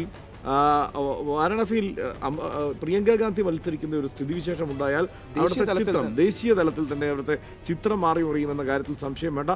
അവിടെ ഒരു മികച്ച പോരാട്ടം തന്നെ കാഴ്ചവെക്കാൻ പ്രിയങ്ക ഗാന്ധിക്ക് കഴിയുകയും ചെയ്യും. അങ്ങനെ നേരിട്ട് നരേന്ദ്രമോദിയുമായി ഏറ്റുമുട്ടാൻ തക്കവണ്ണം അതിനുവേണ്ടിയാണ് ഞാനിവിടെ എത്തിയിരിക്കുന്നത് എന്ന സന്ദേശം തന്നെ അവിടുത്തെ ജനതയ്ക്ക് കൊടുക്കുക. അവിടുത്തെ ന്യൂനപക്ഷ വോട്ടുകളുടെ കാര്യമാണ്. ന്യൂനപക്ഷ ദളിത് വോട്ടുകൾ ഭിന്നിച്ചു പോകുമോ, മോദി വിരുദ്ധ വോട്ടുകൾ ഭിന്നിച്ചു പോകുമോ, OBC വോട്ടുകൾ ഭിന്നിച്ചു പോകുമോ എന്നതൊക്കെ ആയിരുന്നു ചർച്ചയായ വിഷയം. ഈ വിഷയത്തിലൊക്കെ ഒരുപക്ഷെ കൂടുതൽ ഭിന്നിച്ചു പോകാനുള്ള സാധ്യതയുമുണ്ട്. അതല്ലെങ്കിൽ കോൺഗ്രസ് ദേശീയ തലത്തിൽ തന്നെ BJPക്കെതിരെ ബദൽ എന്ന നിലയ്ക്ക് അഗ്രസീവായ ഒരു സ്റ്റെപ്പ് എടുത്തിരിക്കുന്നു, വലിയൊരു സന്ദേശം കൊടുക്കുന്നു. അതുകൊണ്ട് കോൺഗ്രസിന് കൂടുതൽ നേട്ടമുണ്ടാക്കാൻ കഴിയുന്ന ഒരു സ്ഥിതിവിശേഷത്തിലേക്ക് കാര്യങ്ങൾ എത്തിച്ചേരാം എന്നതും അവിടെ നിലനിൽക്കുന്ന ഒരു സാധ്യതയാണ്. എന്തായാലും ഇതുവരെ ആദ്യഘട്ടത്തിൽ തെരഞ്ഞെടുപ്പ് നടന്ന ഇപ്പോൾ സഹാറൻപൂരിലേക്ക് പ്രചാരണ പരിപാടികളിൽ നമ്മുടെ സവാദ് മുഹമ്മദ് മുസഫർ നഗറിലെ ഒക്കെ പ്രചാരണ പരിപാടികളിൽ നമ്മൾ നേരിട്ട് കണ്ടതാണ്. എങ്ങനെയാണ് അതായത് ഈ വോട്ട് വിഭജിച്ച് പോകാനുള്ള എല്ലാ സാധ്യതയും നേരിട്ട് നമ്മൾ, അതായത് BJP വിരുദ്ധ വോട്ടുകൾ വിഭജിച്ച് പോകാനുള്ള സാധ്യത നമ്മളവിടെ നേരിട്ട് കണ്ടു. BJPക്ക് കഴിഞ്ഞ തവണത്തേതിന് സമാനമായ ഒരു പ്രകടനമോടെ എന്തായാലും കാഴ്ചവെക്കാൻ കഴിയില്ല. പക്ഷേ വലിയൊരു ഇറോഷൻ ഉണ്ടാവാനും സാധ്യതയില്ല. അതിന് കാരണം അവിടെ മഹാഗഠബന്ധൻ സാധ്യമായില്ല എന്ന് മാത്രമല്ല, പ്രിയങ്ക ഗാന്ധി അഗ്രസീവായി അവിടെ പ്രചാരണ പരിപാടികളിലേക്ക് വന്നിരിക്കുന്നു, ഒരു സഖ്യം സാധ്യമാവാതിരിക്കുന്നു എന്നതുകൊണ്ടും ഒരുപക്ഷെ ഒരു വലിയ തകർച്ച BJPക്ക് ഉണ്ടാവാൻ സാധ്യതയില്ല. പക്ഷേ കഴിഞ്ഞ തവണത്തേതിൽ മികച്ച പ്രകടനം കഴിഞ്ഞ തവണത്തേതിന് സമാനമായ മികച്ച പ്രകടനം എന്തായാലും ഉത്തർപ്രദേശിൽ കാഴ്ചവെക്കാൻ കഴിയില്ല. മാത്രമല്ല, അവിടെ യോഗി ആദിത്യനാഥിൻ്റെ സർക്കാരിനെതിരെ ഉള്ള ആൻറ്റി ഇൻകംബൻസി ഫാക്ടർ പ്രകടമാകും എന്ന് കരുതുന്ന ഒരു സംസ്ഥാനമാണ്. ആൻറ്റി ഇൻകംബൻസി ഫാക്ടർ സംസ്ഥാന സർക്കാരിനെതിരെ കൂടി വരാൻ സാധ്യതയുള്ള ഒരു സംസ്ഥാനമായി ഉത്തർപ്രദേശിനെ കാണുന്നു. ഇതിനെല്ലാം മറികടക്കാനാണ് രാമക്ഷേത്ര നിർമ്മാണം അടക്കമുള്ള വിഷയങ്ങൾ വീണ്ടും ഉയർത്തിക്കാട്ടിയിരിക്കുന്നത്. അവിടെയാണ് കോൺഗ്രസ് അതിനെ അതേ നാണയത്തിൽ തന്നെ തിരിച്ചു വെച്ചത്. കാരണം രാമക്ഷേത്ര നിർമ്മാണത്തിൽ കോൺഗ്രസും ഒരു നിലപാടെടുത്തിട്ടുണ്ട്. അർഷൻ നേരത്തെ പറഞ്ഞതുപോലെ കോൺഗ്രസിന് ഉത്തർപ്രദേശിൽ എന്തെങ്കിലും മാജിക് ഇത്തവണ ചെയ്യാൻ കഴിയുമോ എന്ന് നമ്മൾ ചർച്ച ചെയ്യേണ്ട കാര്യമില്ല. കാരണം കോൺഗ്രസ്, അർഷൻ നേരത്തെ പറഞ്ഞത് വളരെ ശരി, അതായത് കോൺഗ്രസ് ലക്ഷ്യം വെക്കുന്നത് ഈ തെരഞ്ഞെടുപ്പല്ല, വരാനിരിക്കുന്ന തെരഞ്ഞെടുപ്പാണ്. കോൺഗ്രസ് എന്ന പ്രസ്ഥാനം ഉത്തർപ്രദേശ് രാഷ്ട്രീയത്തിൽ അപ്രസക്തമായിട്ട് അല്ലെങ്കിൽ അസ്തമിച്ചിട്ട് കാലം കുറേ. കാരണം 89-ൽ കോൺഗ്രസിൻ്റെ അവസാനത്തെ മുഖ്യമന്ത്രി ഏറ്റവും ഒടുവിൽ ഉണ്ടായ ND തിവാരിയാണ്. ND തിവാരി നേരെ പോയത് BJPയിലേക്കാണ്. അദ്ദേഹം കോൺഗ്രസ് വിട്ട് BJPയിൽ പോയി. പിന്നീട് അങ്ങോട്ട് ഉത്തർപ്രദേശ് രാഷ്ട്രീയം മുഴുവനായി തന്നെ BJPയുടെയും SPയുടെയും BSPയുടെയും രാഷ്ട്രീയമാണ് ഉത്തർപ്രദേശിലുണ്ടായത്. പിന്നെ ഏറ്റവും ദരിദ്രരായ ജനങ്ങൾ, ഉത്തർപ്രദേശിലെ ജനങ്ങളാണ് ഈ രാജ്യം ആര് ഭരിക്കണമെന്ന് തീരുമാനിക്കും. കാരണം കഴിഞ്ഞ തവണ 80 സീറ്റിൽ വലിയ ഭൂരിപക്ഷം നൽകി BJP അധികാരത്തിൽ എത്തിച്ചത് ഈ ജനമാണ്. അപ്പോൾ നേരത്തെ അർഷൻ പറഞ്ഞത് പ്രിയങ്ക ഗാന്ധിയുടെ സാന്നിധ്യം അല്ലെങ്കിൽ കോൺഗ്രസ് ഇത്തവണ ഉത്തർപ്രദേശിൽ ശ്രമിക്കുന്നത് അവിടുത്തെ സംഘടനാ സംവിധാനങ്ങളെ ശക്തിപ്പെടുത്തുക, വരാനിരിക്കുന്ന നിയമസഭാ തെരഞ്ഞെടുപ്പിനെ അതിൻ്റെ അപ്പുറം വരുന്ന പാർലമെന്റ് തെരഞ്ഞെടുപ്പിനെ ലക്ഷ്യം വെച്ചിട്ടുള്ള പ്രകടനമാണ് നടക്കുന്നത്. ഒരുപക്ഷെ ഈ തെരഞ്ഞെടുപ്പിൽ ഏറ്റവും പ്രധാനപ്പെട്ട സഖ്യം, ഒരുപക്ഷെ ചർച്ച ചെയ്യപ്പെടേണ്ടുന്ന ഏറ്റവും പ്രധാനപ്പെട്ട സഖ്യം, ആ തരത്തിലൊരു രാഷ്ട്രീയ, അതായത് പ്രതിപക്ഷ ഐക്യനിര രൂപപ്പെടണം എന്നൊക്കെയുള്ള വലിയ സംസാരം ഉണ്ടാകുമ്പോൾ അതിന് ഏറ്റവും പ്രായോഗിക തലത്തിൽ കണ്ട് രാഷ്ട്രീയ തീരുമാനമെടുത്തത് SP-യും BSP-യുമാണ്. അവർ ഒന്നിച്ചു നിൽക്കാനെടുത്ത തീരുമാനം ഒരുപക്ഷെ കോൺഗ്രസിന് പോലും ആ തരത്തിൽ പക്വതയോടുകൂടി ഉത്തർപ്രദേശിൽ ഒരു നിലപാട് സ്വീകരിക്കാൻ കഴിഞ്ഞിട്ടില്ല. കാരണം കോൺഗ്രസ് മത്സരിക്കുന്ന 2 മണ്ഡലങ്ങളിൽ സ്ഥാനാർത്ഥികളെ നിർത്താതെ കോൺഗ്രസിനുള്ള ഒരു പോസിറ്റീവ് സൈൻ SP-BSP സഖ്യം പ്രകടിപ്പിച്ചിട്ടുണ്ട്. അപ്പോൾ അത്ര കൃത്യതയോടുകൂടി നിലവിലെ ഇന്ത്യയുടെ രാഷ്ട്രീയ സാഹചര്യങ്ങളെ മനസ്സിലാക്കി ഒരു തീരുമാനത്തിലെത്താൻ സമാജ്വാദി പാർട്ടിക്കും BSP-ക്കും സാധിച്ചിട്ടുണ്ട്. അപ്പോൾ അവരെന്ത് മാജിക് ആയിരിക്കും ഉത്തർപ്രദേശിൽ നടപ്പാക്കാൻ പോകുന്നത്? ഒരു പ്രധാനപ്പെട്ട കാര്യം, കഴിഞ്ഞ തെരഞ്ഞെടുപ്പിൽ ഈ പറഞ്ഞ മോദി വേവ് എന്ന് വിശേഷിപ്പിക്കപ്പെട്ട ആ പ്രതിഭാസം ഉണ്ടായിരുന്നു. നമ്മളത് ഈ പറഞ്ഞു പോയ സംസ്ഥാനങ്ങളിലെല്ലാം, പ്രത്യേകിച്ച് ഇപ്പോൾ അരുൺ നിൽക്കുന്ന നമ്മൾ ഈ പറഞ്ഞ ഈ ഉത്തർപ്രദേശും ഉത്തരാഖണ്ഡും അടക്കമുള്ള ഈ ഭൂപ്രദേശത്തൊക്കെ അത് വളരെ പ്രകടമായിരുന്നു. മോദി ആണ് ഇപ്പോൾ ഈ തെരഞ്ഞെടുപ്പിൽ പോലും നമ്മൾ ആളുകൾ മോദിയെ കുറിച്ചാണ് പറയുന്നത്. അതായത് അത് നേരിട്ട് മോദി എന്നുള്ള മട്ടിൽ നിൽക്കുന്നു. അത് ഇത്തവണ ഈ പറഞ്ഞ മോദി വേവ് ഉണ്ടോ അതോ ഒരു മോദി വിരുദ്ധ വേവിന് സാധ്യതയുണ്ടോ?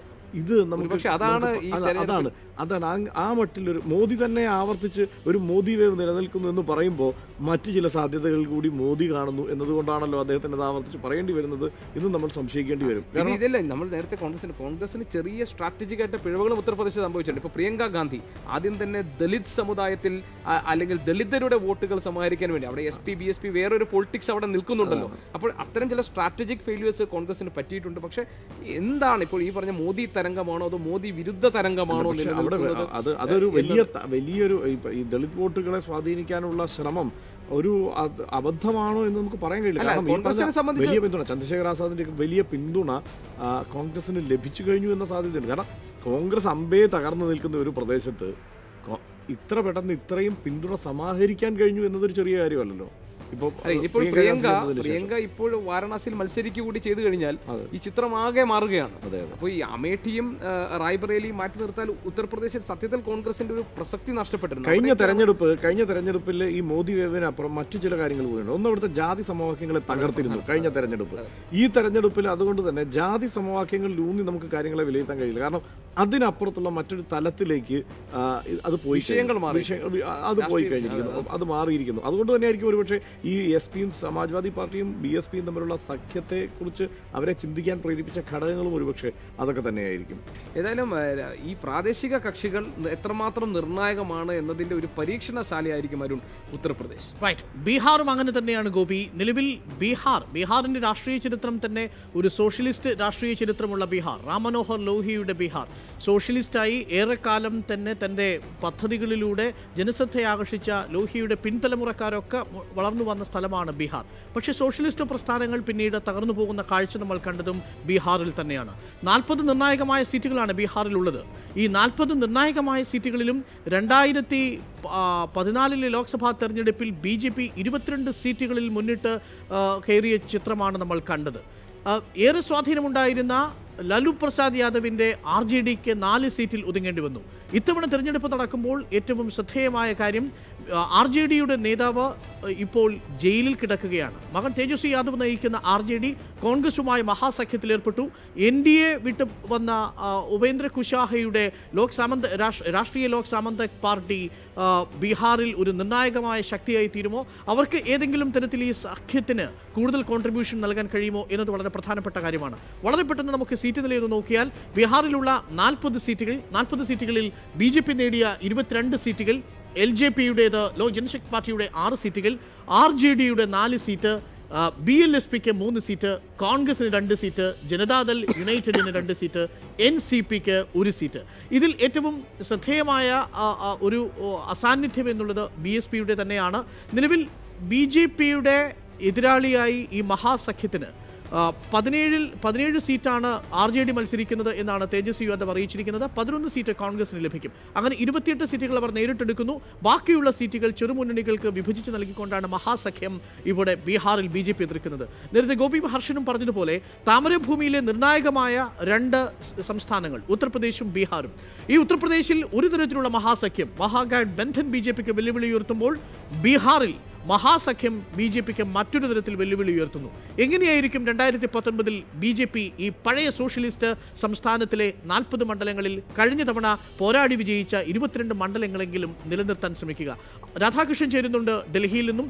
രാധാകൃഷ്ണൻ, BJPയുടെ നിലവിലുള്ള ഒരു രാഷ്ട്രീയ അവസ്ഥയിൽ RJDയും കോൺഗ്രസും ബാക്കി ചെറുകക്ഷികളും ഉപേന്ദ്ര കുശ്വാഹ അടക്കമുള്ളവർ ചേരുന്ന മഹാസഖ്യത്തിന് BJPക്ക് എത്ര കനത്ത വെല്ലുവിളി കൊടുക്കാൻ സാധിക്കും? അരുൺ, ഇത്തവണ ബീഹാറിൽ നിന്നും പ്രത്യേകിച്ച് BJPക്ക് നഷ്ടപ്പെടുന്ന സീറ്റുകളുടെ പകരം വയ്ക്കാൻ പറ്റുന്ന വിധത്തിലുള്ള സീറ്റുകളുടെ എണ്ണം ബീഹാറിൽ നിന്നും NDAക്ക് മുന്നണി എന്ന രീതിയിൽ പൂർണ്ണമായിട്ടും ഉണ്ടാകണമെന്ന് ഉറപ്പുവരുത്തുക എന്നുള്ളതാണ് BJPയുടെ ബീഹാർ തന്ത്രം. ഇതിൻ്റെ ഭാഗമായിട്ടാണ് നിലവിലുള്ള സീറ്റുകളിൽ നിന്നും 2 എണ്ണം കുറച്ചാണ് ഇത്തവണ BJP ബീഹാറിൽ മത്സരിക്കുന്നത്. അതുതന്നെയാണ് BJPയെ സംബന്ധിച്ച് ഇത്തവണ ബീഹാറിൽ അവരുടെ ലക്ഷ്യം വ്യക്തമാക്കുന്ന നടപടി.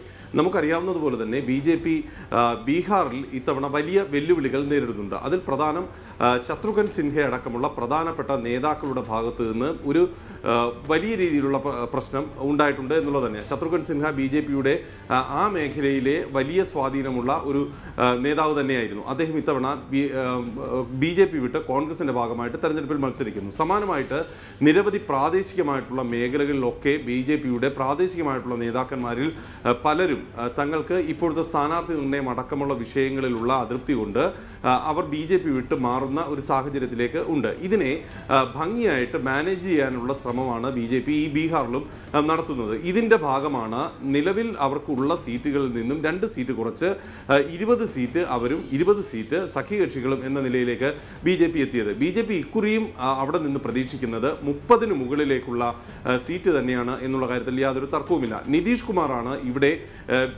NDAയുടെ തുറുപ്പ് ചീട്ട്. BJP ആണ് ഈ തന്ത്രങ്ങൾ പ്ലാൻ ചെയ്യുന്നതെങ്കിലും തുറുപ്പ് ചീട്ട് നിതീഷ് കുമാർ തന്നെയാണ്. നിതീഷ് കുമാറിന് ഇപ്പോഴും വലിയ രീതിയിലുള്ള ജനസ്വാധീനം ബീഹാറിലുണ്ട് എന്നതാണ്.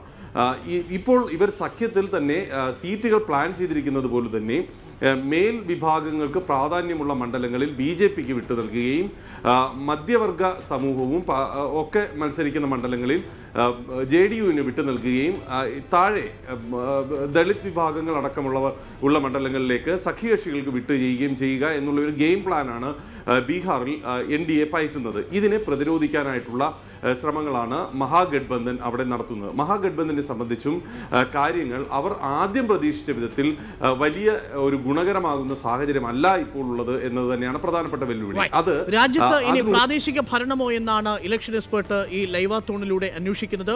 ഓരോ റീജിയനുകളായി, പ്രദേശങ്ങളായി രാഷ്ട്രീയത്തിന്റെ സൂചനകളാണ് ഈ ലൈവാത്തോണിൽ പ്രേക്ഷകർ കണ്ടുകൊണ്ടിരിക്കുന്നത്. ഒരു ചെറിയ ഇടവേളയ്ക്ക് ശേഷം ലൈവാത്തോൺ ഇലക്ഷൻ എക്സ്പെർട്ട് തുടരും.